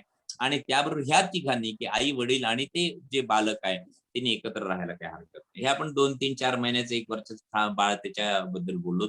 पण जर मोठं झालं असेल, 17-18 वर्षाचं बाळ आहे, 15 वर्ष, ज्याची स्वतः काळजी घेता येते तर त्याला आयसोलेट करा, त्याला घरी क्वारंटाईन करा, वेगळं ठेवा, आणि बाकीची जे आपण पुढे जे काळजी घेणार आहोत, सांगणार आहोत त्याप्रमाणे काळजी घेऊया. Next slide please Rajesh. Next side please. Sir तुम्ही आता म्हणालात की हे झालं पॉझिटिव्ह आणि वेगवेगळ्या परिस्थितीनुसार एखादं बाळ पॉझिटिव्ह आलं तर त्याची काळजी कशी घ्यायची, म्हणजे मास्क वापरायचा न वापरायचा इत्यादी बद्दल तुम्ही जरा माहिती दिली तर बरं होईल सर. बाळाची काळजी घ्यायची हेच एक महत्वाचं हे की आपण या स्लाइड मध्ये बघणार आहोत. बाळाला कोविड झाला असेल तर सगळ्यात महत्वाचं असं की त्यात घाबरायचं काही कारण आहे. नेक्स्ट. त्यात घाबरायचं काही कारण नाहीये. नेक्स्ट. त्यात घाबरायचं काही कारण नाहीये, पण काळजी करायचं कारण नाहीये, पण काळजी घ्या. ह्याचं महत्वाचं एक कारण असं की बेबीज आर सुपर स्प्रेडर्स. देव करो ही तिसरी लाट न येऊ.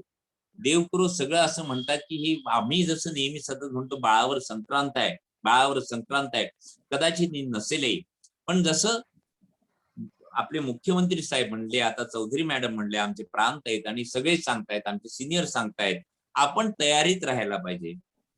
आपल्या घरात चोरी होणार नाही ह्याची मला समजा मला एक हे खात्री आहे, पण चोर येणारच नाही त्याच्या ह्याच खात्री काय? मग म्हणून आम्ही बाहेर जाताना मग कुलूप लावतो, कडी लावतो, हे करतो, सगळे दारं खिडक्या बंद करून ठेवतो. आपण काय आपल्या गावात चोर नाही म्हणून सगळं उघडं ठेवून जातो का? नाही जात. त्याप्रमाणे काळजी करण्याचं काही कारण नाही, पण काळजी घ्या. जर बाळाला कोविड झाला असेल तर सगळ्यात महत्त्वाचं की 14 दिवस बाळाला घरी देखरेखीखाली ठेवा. हे जे सगळे व्हॉलेंटियर्स आहेत, हे जे समुपदेशक आहेत, जे सगळे काउन्सिलर्स आहेत, त्यांना सांगतो की ह्या काही गोष्टी आहेत, ह्या तुम्ही जरूर लक्षात ठेवा. 14 दिवस बाळ बरं झालं, बाळाला 3री-4थी ताप कमी झाला, त्याला दमा नाही, न्यूमोनिया नाही, काही नाही, पण हा आजार बाळ 14 दिवस पसरवण्याची शक्यता असते. त्याच्यामुळे 8व्या दिवशी ताप कमी झाला की लगेच त्याला कुठं बाहेर नेलं, लग्नाला नेलं, मंदिरात गेले, बारसं केलं. नो. जसं मी सांगितलं, आजी आजोबा व्यक्तीपासून दूर ठेवा. सगळ्याच कुटुंबाने मास्क वापरणं आवश्यक आहे. मास्क कुणी वापरायचं काय नाही, मला असं वाटतं आपण त्याच्यावर जरूर चर्चा करू. 2 वर्षाच्या खाली मास्क घालायचा नसतो. जे खूप सिरियस आहेत त्यांनी मास्क, सिरियस ज्यांना दम घ्यायला त्रास होतो त्यांनी मास्क न वापरलेला बरा. बाळाचा आहार चालू ठेवा, अंगावरचं दूध चालू ठेवा, पाणी भरपूर पाजा. ओके. आणि सकस आहाराबद्दल मला असं वाटतं बरंच बोललं जातं. माझ्यापेक्षा तुमच्या गावातले अंगणवाडी वर्कर, आशा वर्कर तुम्हाला आणखी चांगलं सांगू शकतील. पण बाळाला घरचा आहार द्या, ताजा द्या, सकस. त्याच्यात सकस आणि ज्याला 4 ठाव म्हणतो, स्क्वेअर मील, ज्याच्यात प्रोटीन्स, कार्बोहायड्रेट, फॅट किंवा प्रथिनं, कार्बोदक, स्निग्ध पदार्थ, व्हिटॅमिन्स असतील असा आहार द्या. तो खूप ह्याच्या बाहेर आहे. त्याच्यावर बोलायला लागलो तर आपल्याला खूप वेळ जाईल. जमेल त्या मुलांना मिठाच्या पाण्याच्या गुळण्या चालू ठेवा. जमेल ह्याच्या करता की जर बाळाला करता येत असेल तर. आणखी मी एक महत्वाचं सांगतो की पळापळा कोण पुढे पळतो, बाळाला काय काय औषध द्यायचे, मग झिंक द्या, व्हिटॅमिन द्या, काहीतरी टॉनिक द्या, अमक द्या, तमक द्या, डॉक्टर काहीतरी अँटीबायोटिक द्या, डॉक्टर एक्सरे करा, डॉक्टर हे करा. ऍब्सोल्युटली काही गरज नाही. ज्या बाळांना सौम्य आजार झालाय त्यांना अँटीबायोटिक नका देऊ. हल्ली खूप अँटीबायोटिक दिले जातात.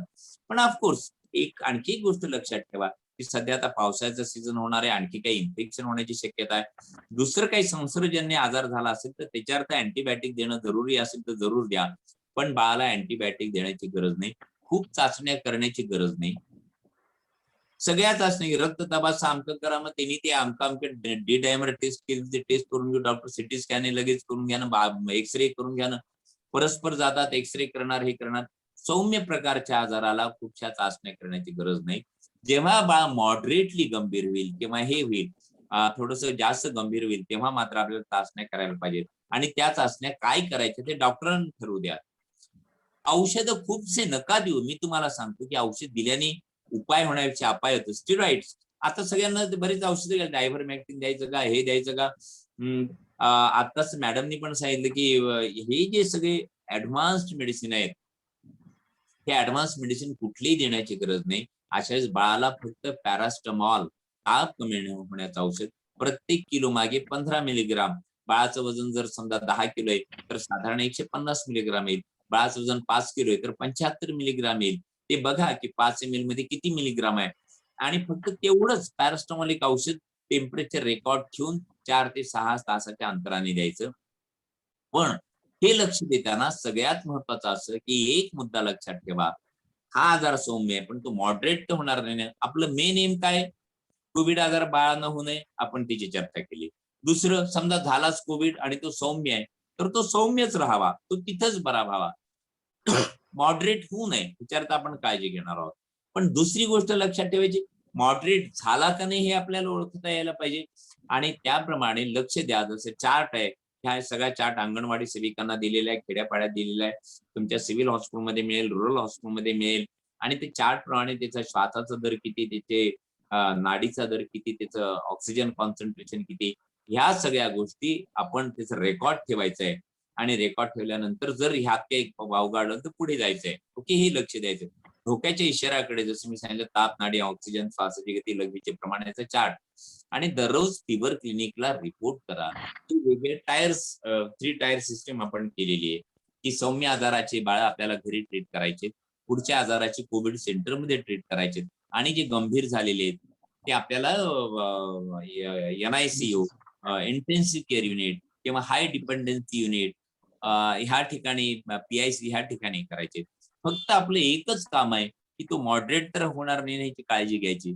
मॉडरेट झाल्यानंतर तो ओळखायचा, जसं इथं सांगितलेलं आहे त्याप्रमाणे दररोज फिवर क्लिनिकला रिपोर्ट करायचा. ओके, बरोबर सर. पण समजा एखाद्याला कोमोर्बिड कंडिशन, म्हणजे आपण जसं प्रौढांमध्ये म्हणतो की पूर्वग्रहीचे काय आजार असतील, तसे लहान मुलांमध्ये डायबिटीस किंवा इतर काय आजार असतील किंवा स्टिरॉइड औषध चालू असेल, तर त्यांच्यासाठी सौम्यकडून सिव्हिअरकडे जाणार नाही यासाठी आपण काय काळजी घ्यायला पाहिजे? माझ्या प्रिय बांधवांनो, ते एक लक्षात ठेवा की हा आजार लहान मुलांना सौम्य होणार नाही आपण म्हणतो, पण काही बालकं ज्याला इंग्रजीमध्ये कोमॉर्बिड म्हणतात किंवा आपण मराठीत त्याला सह आजार, त्याच्याबरोबर असणारे आजार म्हणून, त्यांच्यात कोविड होण्याची शक्यता जास्त आहे. आणि त्यांची देखरेख, त्यांचं काल परवाच मी एक रात्री अपरात्री बाळ पाहिलं की त्यांच्या घरात कोविडचा आजार होता.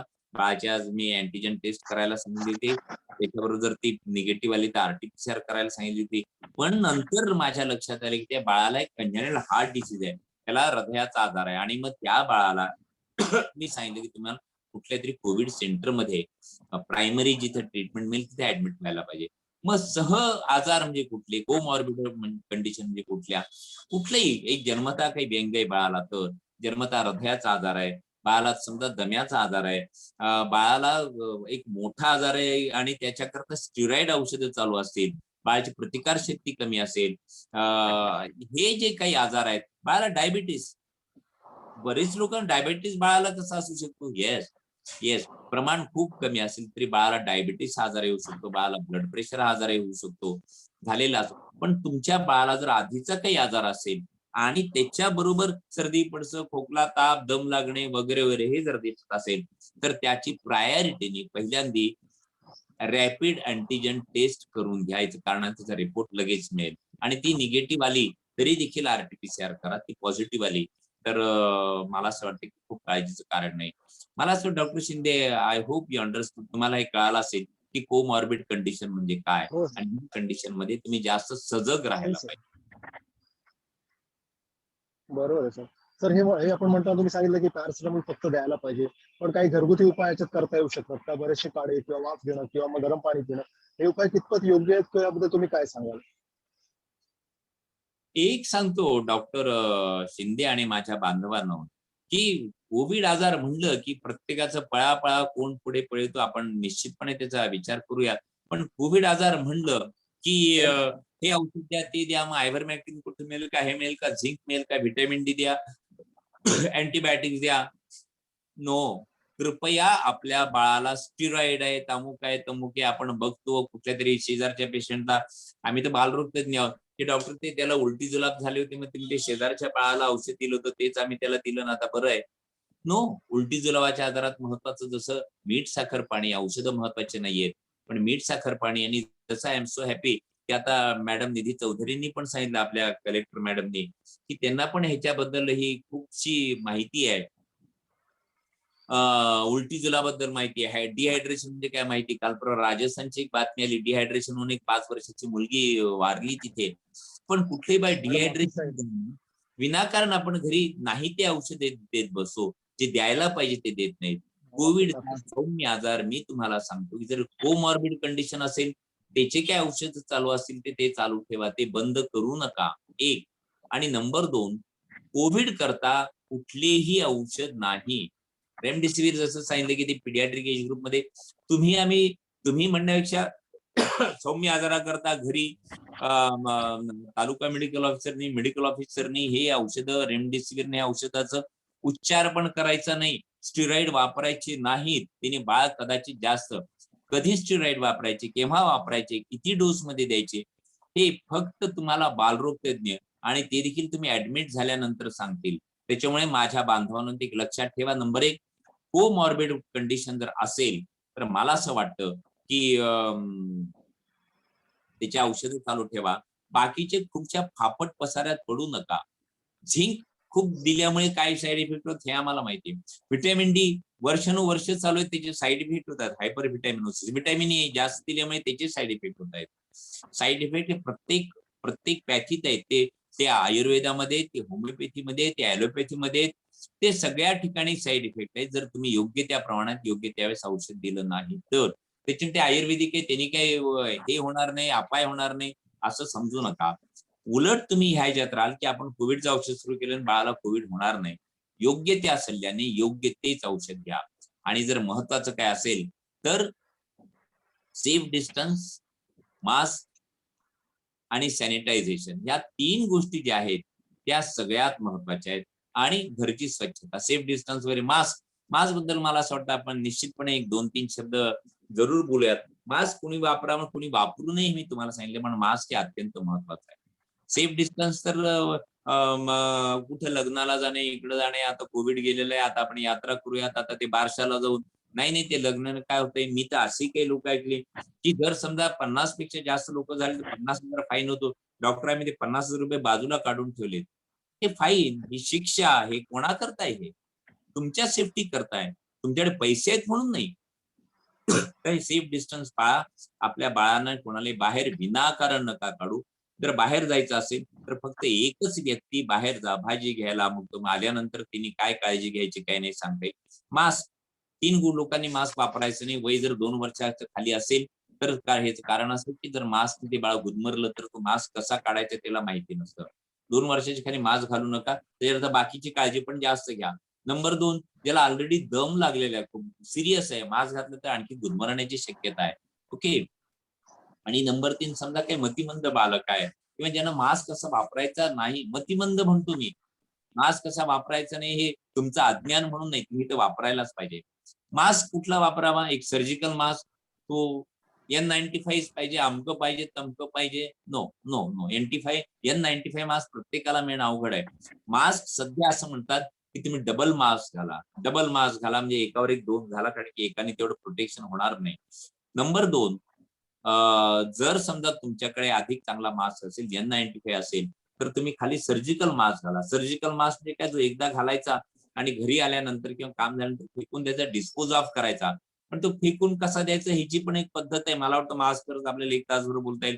तो सॅनिटाईज करायचा, घरी कुठेतरी वेगळ्या कोपऱ्यात ठेवायचा आणि तो नंतर कुठल्या तरी बाहेर जाऊन जाळून टाकायचा. ओके. मास्क बद्दल आणखीन बरंच बोलता येईल. डबल मास्क महत्वाचं आहे. सॅनिटायझेशन, रिमेंबर सॅनिटायझेशन एक महत्वाचं असं की जर सॅनिटायझर नसेल तरी चालेल. खाली बरेच सॅनिटायझर, बऱ्याच कंपन्या आहेत, बरेच ते करतायत, पण त्यात अल्कोहोल 60% पाहिजे. त्याही विशिष्ट प्रकारचा अल्कोहोल पाहिजे. जर ते नसेल तर मला असं वाटतं तिने उपाय होण्यापेक्षा अपाय होईल. साधी गोष्ट की सॅनिटायझर वापरण्यापेक्षा तुम्ही साबण वापरली घरी तरी चालेल. 40 सेकंद साबणीने स्वच्छ हात धुवा. 40 सेकंद हात ओले करा, साबण लावा, 40 मिनिट घासा आणि हे करताना तुमच्या बालकांना पण हे शिकवा की 40 सेकंद म्हणजे काय, साधारण किती वेळ, एखादा वाक्य ते 10 वेळेस म्हणलं तर 40 सेकंद, 5 मिनिट 40 सेकंद होतात. तोपर्यंत हात स्वच्छ घासा. हात स्वच्छ घासण्याच्या देखील काही पद्धती आहेत. मला जर वेळ मिळाला तर आपण त्याच्यावर बोलूयात, कारण की आपल्याला पुढे एक आणखी एक सेमिनार आहे. आणि स्वच्छता घरची की घरची स्वच्छता वापरताना काय वापरायला पाहिजे काय नाही हे तुम्ही बघा. वेळ मिळाला तर आपण याच्याबद्दल आणखी बोलू. बरोबर सर, हे तर माहिती झाली सर. पण मगाशी तुम्ही बोललात की कोविड आणि कुपोषणाबद्दल पण खूप महत्वाचं आहे. कुपोषण म्हणजे काय आणि कुपोषण कुठल्या कुठल्या प्रकारचं असू शकतं आणि कोविड आणि कुपोषणचा काय संबंध आहे, किंवा कोविड मध्ये कुपोषण होईल कसं काय होईल, किंवा कुपोषणामुळे कोविड आजाराची कितीपर्यंत वाढ होऊ शकते, याबद्दल त्याचा दूरगामी परिणाम काय होतील याबद्दल तुम्ही जर सविस्तर सांगितलं तर बरं होईल. डॉक्टर शिंदेचा आवाज कमी होते, पण त्यांनी काय विचारले तुम्हाला सांगतो. कुपोषण म्हणजे काय, कोविडचा आणि कुपोषणाचा काय संबंध आहे, कोविडमुळे कुपोषण होतं का, कुपोषणामुळे कोविड होतो का, यांचा काय संबंध आहे. कुपोषण म्हणजे काय आणि एक महत्वाचा विषय ह्या संदर्भात. कु म्हणजे वाईट, पोषण म्हणजे आहार, कुमार्ग म्हणजे वाईट मार्गाला गेला. ओके. तर हा जो कु शब्द आहे, वाईट आणि पोषण, वाईट जे पोषण आहे कमी असेल जास्त असेल, जे कमी पोषण आहे आम्ही ज्याला अंडर न्यूट्रिशन म्हणतो, माल न्यूट्रिशन इंग्रजीमध्ये म्हणायचं, पण त्याचे प्रकार दोन पोषण कमी असणे आणि पोषण जास्त असणे. कुपोषण म्हणजे ज्या बाळाचं वजन त्याच्या वयाच्या मानाने अत्यंत कमी आहे, ज्या बाळाचं वजन त्याच्या उंचीच्या मानाने कमी आहे, की त्या बाळाची उंची त्याच्या वयाच्या मानाने कमी आहे, हे सगळं कमी आहे, त्याचा आहार बरोबर नसेल, त्याला कुपोषण म्हणायचं. आहार जास्त असेल तर येस, आपण हे बघतो जंक फूड, जे मी माझ्या ओपीडी मध्ये प्रत्येकाला सांगतो की कुरकुरे, टुरटुरे, कुरकुरे, अमुक आहे, तमुक आहे, वेफर्स आहेत, बाजारात मिळणारे पदार्थ आहेत, चायनीज आहेत आणि हे ते सतत बाहेरचं खाणे हे कृपया टाळा. ते कधी खाऊ नका आणि ह्या दिवसात तर बिलकुल खाऊ नका. याचं कारण असं की त्यात तुम्हाला योग्य तो आहार मिळणार नाही. ओके. पण हल्ली मुलं घरी बसल्या बसल्या, शाळा बंद आहेत, खेळ बंद आहेत, सगळं बंद, त्याच्यावर आपण परत बोलू, टीव्ही समोर बसतात आणि खात राहतात. त्याच्यामुळे जो अपाय झालेला मुलांना, त्यांचं पोषण, कधी कधी काही बाळांचं खाणं जास्त झालेलं आहे आणि मुलं लठ्ठ होत आहेत क्वचित प्रसंगी. पण जे लठ्ठपणा आहे, ज्याचं वजन प्रमाणापेक्षा जास्त आहे, त्यांना कोविड होण्याची शक्यता असते. याचा अर्थ मुलांचा आहार कमी करायचा का? नो. पण जे मुलं लठ्ठ आहेत त्यांना सकस खायला घाला, तेवढंच खायला द्या. कुपोषित ज्यांचं वजन कमी आहे त्यांना सकस चारेठाव अन्न जे ते खायला घाला. जसं मी सांगितलं की काय काय परिणाम झालेले आहेत कोविडमुळे, कोविड महामारीत निर्माण झालेल्या समस्या अनेक प्रकारच्या आहेत. त्याच्या सगळ्यावर बोलायचं ते एक तास, मानसिक समस्या, शैक्षणिक समस्या, सामाजिक, घरगुती हिंसाचार, आर्थिक समस्या वगैरे वगैरे वगैरे, अन्न पुरवठा समस्या. आणि ह्याच्यामुळे मला असं वाटतं की अन्न पुरवठा समस्या निर्माण झाल्यामुळे कुपोषण होत आहे. जसं डॉक्टर शिंदेनी विचारलं, तुमच्या अर्थ सांगतो की कोविडचा आणि कुपोषणाचा काय संबंध आहे. तर कोविड असेल तर काय होईल, बाळाचा आहार कमी होईल. आहार कमी झाला की काय होईल, बाळाला कुपोषण होईल. कुपोषण झालं की काय होईल, रोगप्रतिकार शक्ती कमी होईल. आणि ज्यांची रोगप्रतिकार शक्ती कमी आहे त्यांना कोविड होण्याची परत शक्यता आहे. ह्याला आमच्या इंग्रजी भाषेत व्हिशियस सायकल, एक अशी एक चक्र सुरू होतं, विचित्र चक्र सुरू होतं. कोविड झाला म्हणून कुपोषण झालं, कुपोषण झालं म्हणून परत कोविड झाला. तर यात सगळ्यात महत्वाचं की आपली जबाबदारी अशी सामाजिक जबाबदारीत आपण बोलू की सगळ्यात म्हणजे बाळाचा आहार. नेक्स्ट प्लीज, बाळाचा आहार Next चालू. slide, madam. आहार काय द्याल, तर जसं मी सांगितले प्रोटीन, प्रथिन आहेत, कार्बोदक आहेत आणि फॅट्स आहेत, स्निग्ध पदार्थ आहेत, व्हिटॅमिन. हे कशात मिळतील? औषधं, एक रेडीमेड औषध दिली की चालेल का? एक मल्टीव्हिटॅमिनचं औषध दिलं, एक बी कॉम्प्लेक्स घेतलं, एक टॉनिक घेतलं, एक भूक पाडायचं औषध घेतलं. No no no never. औषधाच्या मागे जास्त नका लागू. फक्त एकच औषध मी तुम्हाला सांगितलं, पॅरास्टामॉल. ते ताप आला तर 4 ते 6 तासांनी 15 मिलीग्राम पर केजी ह्या डोस मध्ये. पण आहार दररोज, मला असं वाटतं जर ज्यांना चालत असेल त्यांनी दररोज एखादा अंड द्या ज्याच्यात प्रोटीन्स मिळतील, कार्बोहायड्रेट, चपाती भाजी अमुक तमुक आहे, व्हिटॅमिन्स मिळायला पाहिजे, वेगवेगळ्या प्रकारच्या भाज्या, दररोज एक फळ खा, स्निग्ध पदार्थ दररोज 1 ते 2 चमचे मुलांना तूप द्या, आणि हिरव्या पालेभाज्या आहेत, दररोज एखादं फळ आहे किंवा बीट आहे किंवा हे जे आहेत की ड्रमस्टिक, ज्याला काय म्हणता येईल त्याला, शेवग्याच्या शेंगा आहे, त्याची व्हिटॅमिन ए मिळतं. सूर्यप्रकाश आहे, त्याचे व्हिटॅमिन डी मिळतं. की बाहेर जात नाही, तुम्ही गच्चीवर जा, इकडे जा, तिकडे जा. मला असं वाटतं ह्या जर सगळ्या गोष्टी केल्या आणि तुमचा जर आहार सांभाळला, त्याच्याबद्दल आपण परत एकदा सविस्तर बोलू, तासभर बोलता येईल, तर मला असं वाटतं की कुपोषण होण्याची शक्यता कमी आहे. जर आपल्याकडे कुणी अंगणवाडी वर्कर्स असतील, कुणी आशा वर्कर असतील, तर मी त्यांना सांगू इच्छितो की आपल्यावर आता ही ऍडिशनल जबाबदारी सर्व्हायलन्सची, आपल्यावर ही ऍडिशनल जबाबदारी की कोविड टेस्ट, अँटीजन टेस्ट करण्याची. पण त्याच्यावर प्रत्येक घरात जाताना त्यांच्या बाळाबद्दल आणि त्यांच्या आहाराबद्दल, त्यांच्या मानसिकतेबद्दल 2 शब्द जरूर बोला. कारण की हा समाज तुमच्याकडे, त्याला कदाचित डॉक्टरकडे जाता येणार नाही, त्याला खूप बालरोग तज्ञाकडे जाता येणार नाही, कारण अनेक असतील. पण त्याकरता जर तुम्ही हे जर व्यवस्थित सांभाळलं तर मला असं वाटतं की इट विल बी येऊ सोने पे सुहागा रहेगा. Next please. Madam next slide please. अजून पुढची slide. Next slide madam. Yes, next slide. सविस्तर. येस, ही असू देत. सॉरी, बॅक घ्या मॅडम. सर बोलते. ही स्लाइड आपण सविस्तर नको बोलायला, पण कुपोषण का होतं, जे तुम्ही हेल्थ वर्कर आहात यात आणि जे काउन्सिलिंग करतायत त्यांना सांगतो, कुपोषण आपल्याला टाळायचंय. आपण सगळ्या गोष्टीवर बोलतो पण बालकांच्या कुपोषणावर नाही बोलत. कुपोषण का होईल, आहार कार्य सेवा वितरणात व्यत्यय, मिड डे स्कूल मील. आज शाळाच बंद झाल्या, शाळेतला आहार बंद झालेला आहे. अंगणवाडीमध्ये बाळा जात होते, पण मध्ये आपण लॉकडाऊन मध्ये डिक्लेअर केला, अंगणवाडी बंद झालेल्या आहेत, तिथे देणारा आहार बंद झालेला आहे. आरोग्याचे व्यत्यय की I am very happy madam Nidhi Chaudhary, त्यांनी आरोग्याचे व्यत्यय आलेला आहे. येस, की घाबरून आपण डोस घेणं बंद केलेलं आहे. सगळे डोस घेणं जास्त आवश्यक आहे.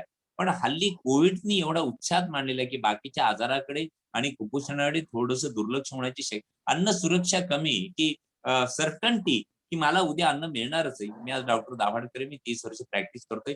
मला कदाचित उद्या परवाची पुढच्या महिनाभराची मला भ्रांत नाही, मला मिळेल. पण ग्रामीण भागात ह्यांच्याबद्दल आपण जास्त काळजी घ्यायला पाहिजे. 70 ते 80% लोक असे की जे आज कमवतात आणि संध्याकाळी जाऊन खातात, ज्याला आपण हातावर पोट आहे म्हणतो, की दिवसभर काम करायचं, रात्री मीठ मिरची घ्यायची.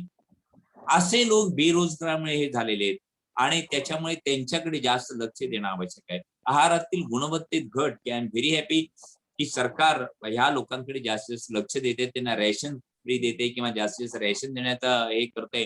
लोक भुकेले राहू नयेत हे बघते. पण गहू देणार, ज्वारी देणार, तांदूळ देणार, फार फार तर तेल काहीतरी देतील. पण बाळांना काय पाहिजे, अंड पाहिजे, भाज्या पाहिजेत, फळं पाहिजेत. आणि हे जे आहे ते सकस अन्न त्यांना मिळत नाहीये आणि त्याच्यामुळे कुपोषण वाढण्याची शक्यता आहे. अन्नधान्याची किमतीत वाढ, अन्नधान्य मिळालं तुम्हाला, पण बाकीच्या किमती किती पटीने वाढलेल्या आहेत. मला असं वाटतं याच्यामुळे एक, आणि जोखमीच्या बालकाकडे दुर्लक्षाचा अर्थ, एक बाळ ऑलरेडी त्याला बॉर्डर लाईन वर आहे, त्याला कुपोषण नाही, पण 8-15 दिवस गेले त्याला खायला नाही मिळालं, ते कुपोषण होणार, बॉर्डर लाईनवर आहे. किंवा एखाद्याला सौम्य आहे, माइल्ड, आणि ते मॉडरेट मध्ये जाण्याची शक्यता, एखाद्या मॉडरेट मध्ये ते सिव्हिअरला जाण्याची शक्यता आहे. ह्यांना म्हणायचे जोखमीचे बालक, की ज्यांना आपण सुधारण्याचा प्रयत्न करतो आणि ह्यांच्याकडे थोडं जरी दुर्लक्ष झालं की कुपोषणात वाढ होण्याची शक्यता आहे. त्याच्यामुळे इथे असणारे जे काउन्सिलर आहेत, इथे असणारे जे वेगवेगळ्या संस्थेत काम करणारे माझे मित्र इनामदार साहेब आहेत, आमचे डॉक्टर सुरेंद्र आहेत, डॉक्टर सचिन आहेत, आशा वर्कर्स आहेत, त्या सगळ्यांना माझे हात जोडून विनंती, या जोखमीच्या बालकाकडे कृपया दुर्लक्ष नका होऊ देऊ. बरोबर सर. हा कुपोषण या एका वेगळ्या विषयाला कोविडमध्ये तुम्ही हात घातला. त्याच्यावर तुमची जी ख्याती आहे याच्याबद्दल की आपले 10-15 मिनिट राहिले डॉक्टर शिंदे. किसान मुलांना घडवण्यासारखा एक मोठा प्रोग्राम केला. 10वी 12वी मुलं जी आत्महत्या करत होती त्याच्या पालकांमध्ये आणि विद्यार्थ्यांमध्ये व्याख्यान देऊन त्यांना परावृत्त केलं. तर अशा प्रकारची मानसिकता या कोविडमध्ये असते की समजा घरात एखादा पॉझिटिव्ह आला तर घरातली मानसिकता बदलते, बघणारी मानसिकता बदलते. तर ह्या मानसिकतेबद्दल आणि मुलांच्या मानसिकतेबद्दल तुम्ही जरा विस्तृतपणे सांगावं. डॉक्टर शिंदे, मुलांचीच मानसिक, नेक्स्ट स्लाइड प्लीज. मुलांचीच मानसिकता ह्यात नाहीये. तर बेसिकली हे हा जो प्रॉब्लेम झालेला आहे, नेक्स्ट, हा जो प्रॉब्लेम झालेला आहे, मला असं वाटतं की हा पूर्ण कुटुंबात प्रॉब्लेम झालेला आहे. कुटुंबाच्या समस्या वाढल्या, कुटुंबातले डिस्प्यूट, त्याला कौटुंबिक कलह म्हणतात. कौटुंबिक कलह जवळजवळ 70% वाढलेले आहेत. त्याची कारण अनेक असतील, त्या जायला नको, पण मे बी रोजगार कमी झालेला आहे, बेरोजगारी वाढलेली, आर्थिक उत्पन्न कमी झाले. आज आई वडील दोघेही घरी बसून आहेत, हातावर पोट आहे, घरी बसून आणखी वेगवेगळे प्रॉब्लेम निर्माण होत आहेत. ह्याचा परिणाम पालकांच्या मनोवृत्तीवर झालेला आहे. पालकांचे भांडणं वाढलेले आहेत. पालकांचे भांडणं वाढल्यामुळे निश्चितपणे त्याचा परिणाम मुलांच्या मानसिकतेवर झालेला आहे. दुसरं महत्वाचं की जसं सकारात्मक वातावरण सगळीकडे पसरायला पाहिजे, होतंय काय की आज आम्ही टीव्ही बघतो, टीव्हीवरच्या बातम्या बघतो, मला कोणावर टीका नाही करायची, पण जे आहे फॅक्ट ते दाखवत आहेत की आज कोणाला बेड नाही मिळाला, आज कोणाला ऑक्सिजन नाही मिळाला, आज कोणी मृत्यूशयेवर पडलेले आहे, मग त्याला ऑक्सिजन चालू आहे, त्याला व्हेंटिलेटर चालू आहे, त्याचं रजिस्ट्रेशन करतायत, त्याला वगैरे वगैरे करतायत. मृत्यू झालेले मुलांनी पाहिलेले, जे आम्ही बरेच दिवस पाहिले नव्हते. एवढंच नाही तर त्याला काय म्हणतील त्याला की मृत्यू अग्नी देताना पाहिलेले, शेवटचे रिच्युअल जे असतात ते पाहिलेले आहेत. त्याचा परिणाम मुलांच्या मनावर का नाही होणार? आणि मी तुम्हाला सांगतो, विशेषतः ऍडोलेसंट, जे वयात येणारी मुलं, जे 9वी 10वी 11वी 12वीला, त्यांच्या आयुष्यात एवढी अनसर्टिनिटी झाली, परीक्षा आहे का नाही, ते होणार तर कधी होणार, झाली तर कशी होणार, काय नाही. साधं उदाहरण देतो, आजचे लेक्चर आहे, पावसामुळे होईल का नाही मला जरा शंका होती, अनसर्टनिटी होती, म्हणून आय वॉज रेस्टलेस. काय होतंय का नाही, काय होतंय काय नाही, व्हायलाच पाहिजे असं नाही, पण नाही झालं तर काय, झालं तर काय. तसं या मुलांच्या मनात सगळी अनसर्टनिटी निर्माण झालेली. आई वडिलांचे भांडणं, आर्थिक परिस्थिती बेताची, शाळा बंद, त्याच्यामुळे व्यायाम बंद, आणि ह्या सगळ्याचा परिणाम मुलात 2 प्रकारचा झालेला आहे. एक, नेक्स्ट प्लीज, नेक्स्ट. आबाडकर सर, आपल्याकडे 5 मिनिटं आहेत आणखी. 5च मिनिटं आहेत. मला सुद्धा राजेश शिंदे, ह्याच्यानंतर जे आपलं टास्क फोर्स आहे ना, ते आपण भरभर आटोपून टाकू, नाही का. आणि मानसिक समस्या, मला असं वाटतं याच्यावर Inamdar saheb, you are very correct and thank you very much for giving caution. आणि परत 2 मिनिट राहिले की मला सांगा, म्हणजे परत नो प्रॉब्लेम, बेल वाजव की डायरेक्ट सांगा, नो प्रॉब्लेम. मुलांच्या मानसिकतेकडे लक्ष देण्याची गरज आहे. ते कसं ओळखायचं काय नाही, ह्याच्याकरता आशा वर्कर, अंगणवाडींचा ट्रेनिंग घेणं आवश्यक. नेक्स्ट.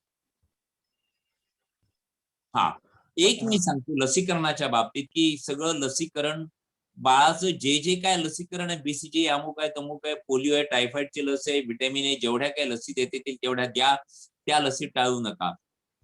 कोविडची लस, त्याच्यावर मला असं वाटतं आपण नंतर बोलू, कारण की आणखी ते लसीकरण 1 जून पासून सुरू होणार आहे. ही लस द्यावी का, कुठली द्यावी का, काय नाही, त्याच्याबद्दल आपण निश्चितपणे सविस्तर चर्चा करू. पण आता हीच लस द्या, ह्याच वेळेस द्या, इतक्या दिवसांनी द्या, सायन्स सारखं बदलते, आणि तेव्हा ज्या काय आमच्या इंडियन अकॅडमी गाईडलाईन्स त्यावर चर्चा करू. ओके, पण बाकीचं लसीकरण चालू ठेवा. आणि तिसरी गोष्ट की इन्फ्लुएन्झा किंवा फ्लू व्हॅक्सिन बद्दल बरीच चर्चा चालते. माझ्या माता भगिनीत मी तुम्हाला सांगतो की फ्लू व्हॅक्सिनचा आणि कोविडचा काहीही संबंध नाहीये. फ्लू व्हॅक्सिन दिली तर कोविड होणार नाही अशातला भाग नाहीये. पण फ्लू व्हॅक्सिन दिल्यामुळे बाळाला सर्दीचं प्रमाण कमी होईल, डॉक्टरांचं जे गर्दी होते ती टाळेल, सर्दी झाली की कोविडची टेस्ट करतो, सर्दी नाही झाली तर टेस्ट होणार नाही. फ्लू व्हॅक्सिन ज्याच्या वेगवेगळ्या किमतीत, वेगवेगळ्या कंपन्या आहेत, पण देण्याचा प्रयत्न करा. स्तनपान चालू असताना पूर्वी सांगायचे की देऊ नका, पण स्तनपान चालू असेल तरी आईने व्हॅक्सिन घेणं अत्यंत आवश्यक आहे. तुमचे 2 डोस जेवढ्या लवकर पूर्ण करतील तेवढे पूर्ण करा. गर्भावस्थेत द्यावं का नाही, जरूर द्यावं. याचं कारण असं की गर्भावस्थेत जर तुम्ही व्हॅक्सिन दिलं तर तुमचं आणि बाळाचं संरक्षण होतं. आणि पूर्वी असं होतं की ज्याला आपण ते नंतर बघूयात, ते जरा कॉम्प्लिकेटेड विषय आहे. गर्भाला किंवा नवीन बालकाला हा होतो का? व्हेरी रिअरली कोविड त्यांना होण्याची शक्यता असते. पण व्हर्टिकल ट्रान्समिशन आईच्या गरोदरपणात बाळाला कोविड झालेला आहे, अशी मुलं प्रचंड कमी आहेत. त्याच्यामुळे तुम्ही गर्भावस्थेतल्या बायकांनी काळजी तर घ्यायलाच पाहिजे, पण डोस पण घ्यायला पाहिजे. आणि किशोरावस्था, जसं मी सांगितलं की 1 ते 18 ह्या 12 ते 18 ह्यात व्हॅक्सिन कुठलं द्यायचं, काय द्यायचं, त्याच्यावर आपण नंतरच्या करू. Next next next. तर हे शेवटी शासकीय नियमांचं पालन करा. ते वेडे नाहीत आपल्याला सांगायला. मी नेहमी म्हणतो की मास्क वापरा. माझ्याकडे जे पेशंट येतात मास्क गळ्याखाली ते ह्याच्यासारखा घातलेला आहे, तर ते बिलकुल नको. मास्क वापरा.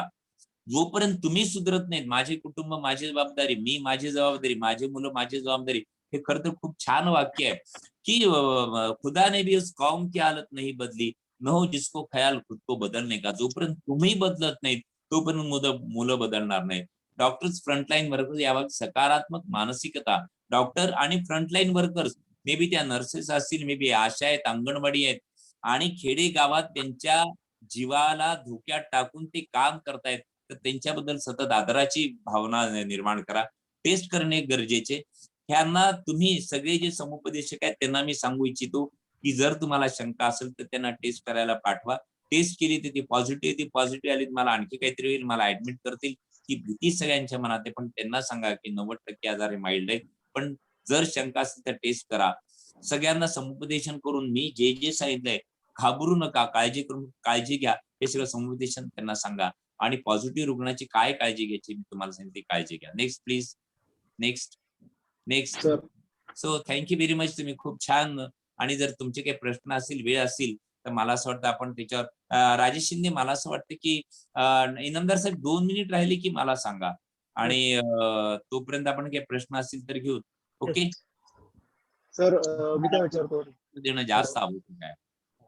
सर मी म्हणतो की समजा आपण, तुम्ही म्हणाला की समुपदेशन करा, पण पहिले आपण फॉलो केलं पाहिजे, सल्ला नंतर दिला पाहिजे. याच्याबद्दल ती एक गोष्ट तुम्ही मला नेहमी सांगता किंवा वेळ लागेल कदाचित, पण मला फक्त एकच सांगतो, मी पुढच्या जरुरी गोष्ट सांगेन, पण एकच महत्वाचं सांगतो मी की सल्ले देत बसू नका दुसऱ्याला. Charity begins at home. तुम्ही स्वतः हे सगळं करा तर लोक तुमचं ऐकतील. ही गोष्ट आपण नंतर बोलू की नुसते फालतू फुकटचे सल्ले नको आहेत आम्हाला. आम्हाला काय पाहिजे, तुमचं चांगलं वागणं, जबाबदारीने वागणं, ज्याला कोविड एटिकेट्स म्हणतात, की कोविड अप्रोप्रिएट बिहेवियर, ते जास्त पाळा तर तिसरी लाट येणार नाही. पण ते पाळलं नाही तर तिसरी लाट 100% येण्याची शक्यता आहे. त्याला सरकार जबाबदार नसेल, शासन जबाबदार नसेल, त्याला प्रशासन जबाबदार असेल, त्याला तुम्ही जबाबदार असाल. नेक्स्ट. तर प्रश्न त्यामध्ये काही प्रश्न असे आहेत की समजा मी पॉझिटिव्ह आलेलो आहे, तर माझ्या घरातली माझी टेस्ट परत 14 दिवसांनी केली पाहिजे का? नो. परत टेस्ट करण्याची गरज नाही. कोविड आता निगेटिव्ह टेस्ट नाही, असं परत टेस्ट नका करू. नेक्स्ट. पुढचा प्रश्न भावना मॅडम विचारायचे का काही? दुसरा अजून एक प्रश्न आहे, कसं चॅट बॉक्स मध्ये आलेले आहेत 1-2 प्रश्न. मी विचारतो, ते आलेले प्रश्न पण विचारतो की समजा सर माझ्याकडे एक घर आहे, त्याच्यामध्ये माझे फॅमिली पॉझिटिव्ह आहे, एक तर मुलगा निगेटिव्ह आहे, किंवा मुलगा पॉझिटिव्ह आहे आणि बाकी फॅमिली निगेटिव्ह आहे. नाही, मला असं वाटतं की अँटीजन टेस्ट सगळ्यांनी करून घ्यायला पाहिजे, बिकॉज क्लोज कॉन्टॅक्ट आणि मुलं सुपर स्प्रेडर्स आहेत. घरी कुणीही आजारी असेल तर बाकीच्यांना कोविड लेबल लावण्यापेक्षा सस्पेक्टेड कोविड असं लेबल लावा आणि ती काळजी घ्यायला सुरुवात करा. आणि शक्य असेल तर रॅपिड अँटीजन टेस्ट ही आधी करून घ्या. घरी कुणी Covid, that is one indication. घरी कोणी कोविड पॉझिटिव्ह असेल आणि त्या संपर्कात आला असेल तर रॅपिड अँटीजन टेस्ट करायला पाहिजे. दिस इज इन शॉर्ट. कोविड होऊन गेल्यानंतर मला परत कोविड होऊ शकतो का, असा एक प्रश्न आहे. येस होऊ शकतो, पण त्यात काळजीच काही कारण नाही. जसं मी सांगतो की बीसीजी दिल्यानंतर बरेच पेशंट पाहिलेले, मी त्यांना टीबी झालेला आहे, मग काय बीसीजी घ्यायचं नाही? पण ज्यांना बीसीजी दिलेला आहे त्यांच्या टीबी होण्याची शक्यता कमी आहे. टीबी झालं तर तो गंभीर टीबी किंवा मेंदूचा टीबी होण्याची शक्यता कमी, आणि मेंदूचा टीबी झाला तरी त्याच्यातून रिकव्हरी, औषधाला प्रतिसाद देण्याचे हे जास्त आहे. त्याच्यामुळे तुम्हाला कोविड लस दिली आणि कोविड झाला ह्याचा अर्थ लस फेल गेली असं समजू नका. कुठलीही लस, ट्रिपल पोलिओ, गोवर, या त्या 100% प्रोटेक्शन कोणाचे नाहीये. पण जर तुम्ही लस घेतली असेल तर तुम्हाला गंभीर आजार होणार नाही, तुम्हाला ऍडमिट करण्याची गरज भासणार नाही. त्याच्यामुळे तुम्ही दोन्ही लसी जेवढ्या लवकर घेता येईल ऍज इंडिकेटेड बाय गव्हर्नमेंट तेवढ्या लवकर घ्या. तुम्हाला कोविड झालेल्या लस घेतलेले पेशंट जरी म्हणला की मला कोविड झाला काही उपयोग नाही, तरी पण तुम्ही लस घ्या. नेक्स्ट. त्याची प्रतिकार शक्ती किती दिवस राहते? समजा मला कोविड झाला एकदा, मला प्रतिकार शक्ती किती दिवस राहू शकते त्याच्याबद्दल? त्याच्यावर खूप संशोधन चालू आहे की का आपण ती परत लस घ्यायची. एकदा पहिली जसं ट्रिपल पोलिओ आपण परत लस देतो 1 महिन्यानी, 2 महिन्यांनी, 3 महिन्यांनी, 1.5 वर्षांनी, 5 वर्षांनी. तुम्ही पहिला डोस घेतला तर त्याची प्रतिकार शक्ती 84 दिवस राहण्याची शक्यता आहे. दुसरा म्हणजे अँटीबॉडीज तयार झाला आणि जेव्हा अँटीबॉडीज कमी व्हायला लागतील तेव्हा 84 दिवसांनी जेव्हा तुम्ही दुसरी लस घेता तेव्हा त्याची प्रतिकार शक्ती जास्त दिवस राहते. अँटीबॉडी टेस्ट केल्यानंतर कळतं, पण मला असं वाटतं अँटीबॉडी टेस्ट पण करण्याची काही गरज नाही. पण पहिला आणि दुसरा डोस पहिल्याने प्रतिकार शक्ती वाढते आणि ती काही दिवसात कमी होते. 84 दिवस म्हणून आपण ती 84 दिवस किंवा मे बी 3 महिने तेव्हा 84 दिवसांनी परत तुम्ही दुसरी डोस घ्या. तो पुढे किती दिवस राहील त्याच्यावर आपण संशोधन करू, पण आठवणीने घ्या. हा जोडून विनंती, दोन्ही डोस पूर्ण करा. सर, तुम्ही आता एक प्रश्न आला तर की म्हणता की कोविड हा होणारा लहान मुलांमध्ये कधीही सौम्य स्वरूपाचा असेल, त्यामुळे त्याला फक्त पॅरासिटामॉल औषध द्या. म्हणजे साध्या स्वरूपाच्या औषधामध्ये ते बी कॉम्प्लेक्स आणि या सगळ्या गोळ्या द्यायला पाहिजेत का नाही द्यायला पाहिजे? No no no no no no 17-60 खिचडी नका देऊ. त्याला झिंक द्या, त्याला बी कॉम्प्लेक्स द्या, त्याला व्हिटॅमिन ए द्या, त्याला अमक द्या. मग कोणीतरी आयव्हरमॅक्टिनचं सायरप मिळते बेसिकली जनता करता स्किपिंग करता वापरत, मग ते द्या, ते अमक द्या, तमक द्या. कृपया नका देऊ. काही राज्यांनी सगळ्यांना आयव्हरमॅक्टिन द्यायला सांगितलेलं आहे. आणखी मी या सगळ्याच्यात एक गोष्ट तुम्हाला आवर्जून सांगू इच्छितो की आजच्या गाईडलाईन्स ते उद्या अशा राहतीलच असं काही नाही. आज मी सांगतो ते उद्या बदलण्याची शक्यता आहे. जसं की पूर्वी हायड्रोक्सिक्लोरोक्विन घ्या पूर्ण जगात झालं आणि आता म्हणजे हायड्रोक्सिक्लोरोक्विनची गोळी आता म्हणते त्याचा उपयोग नाही. प्लाझ्मा थेरपी घ्या आता म्हणते त्याचा उपयोग नाही. त्याच्यामुळे मला असं वाटतं की या दररोज गाईडलाईन्स बदलतायत. आज जे मी सांगतो ते उद्या बदलण्याची शक्यता देखील आहे. डिस्क्लेमर. पण आज जे मी सांगितलं ते शास्त्रीयला धरून त्या रेफरन्सेस सांगितलं त्याप्रमाणे वागा. आणि तुमच्या प्रश्नाचं उत्तर की फालतू बी कॉम्प्लेक्स, मल्टीव्हिटॅमिन हे औषध तुमचं बाळ कुपोषित असेल त्याला काही औषधं चालू असेल ते जरूर चालू ठेवा. रक्त कमी, रक्त वाढायचं औषध घ्या, पण विनाकारण काही औषधं नका घेऊ. Next please. सर आपल्याला आता थांबायला लागेल. इनामदार साहेब वेळ दिलेली सर आता आपल्याला थांबायला लागेल की मला वाटतं मी आता 4 वाजता चालू त्या करा. उपजिल्हाधिकारी मॅडम आहेत माने मॅडम, त्यांना मी विनंती करतो की मॅडम सगळ्यांचे आभार मानतोय. बेस्ट लक. कोणीतरी विचारलं समुपदेशन कसं करावं. मला असं वाटतं की मी जे बोललो ते डॉक्टरांकरता नाही बोललो, त्याचा माझा वेगळा सेमिनार होतो. पण हे जे मी बोललो तेच पेशंटशी बोलणे, तेच नातेवाईकांशी बोलणे, ह्याला समुपदेशन म्हणतात. याप्रमाणे करा. That's all. So thank you very much Swadesh. Thank you very much. माझे मित्र प्रभाकर नाईक त्यांनी मला बोलावलं. So thank you so much. Madam या Mane madam please. Mane madam. Mane madam तुम्ही म्यूट वर आहात.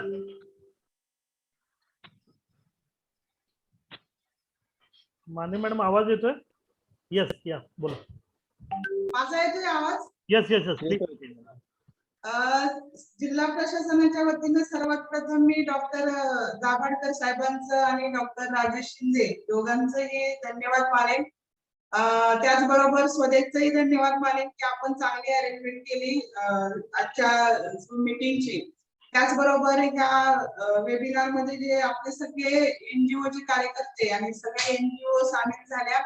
दाभोळकर डॉक्टरांनी खूप चांगली माहिती आपल्या सगळ्यांना दिलेली आहे. सर धन्यवाद त्याबद्दल. कारण आम्ही गेल्या मे महिन्यापासून 11 मे पासून आपण काउन्सिलिंग आणि अवेअरनेस याबाबत सगळ्या एनजीओ सोबत कलेक्टर मॅडमच्या निर्देशाखाली आपण सगळे काम करत आहोत.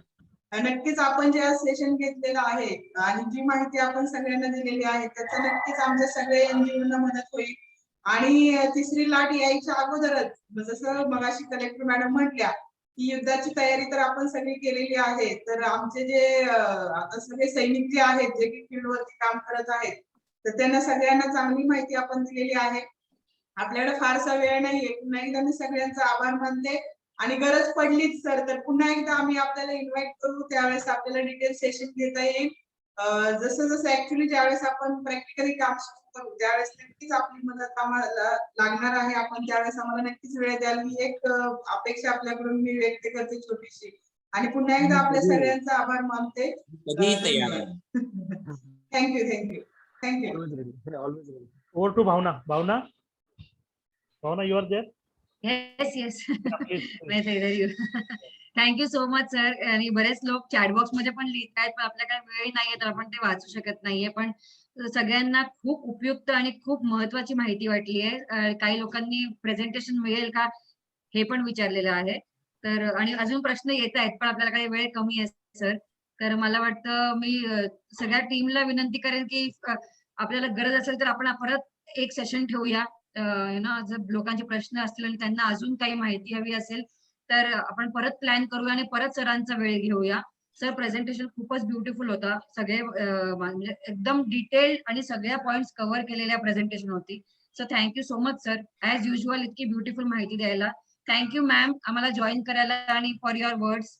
And thank you doctor Shinde, doctor Yadav, Tushar sir आणि सगळे प्रेक्षक जे जॉईन झाले होते त्यांना सगळ्यांचा धन्यवाद. अगं मला खात्री आहे की तुम्हाला हे खूप आवडलं असणार आणि हे तुम्हाला तुमच्या खूप कामाचं ठरेल. ऑल दी बेस्ट सगळ्यांना टू फेस करोना. थँक्यू. आपण परत जरूर कधीतरी भेटूया. हो हो thank you. Thank you sir. Thank you. Bye sir. Bye.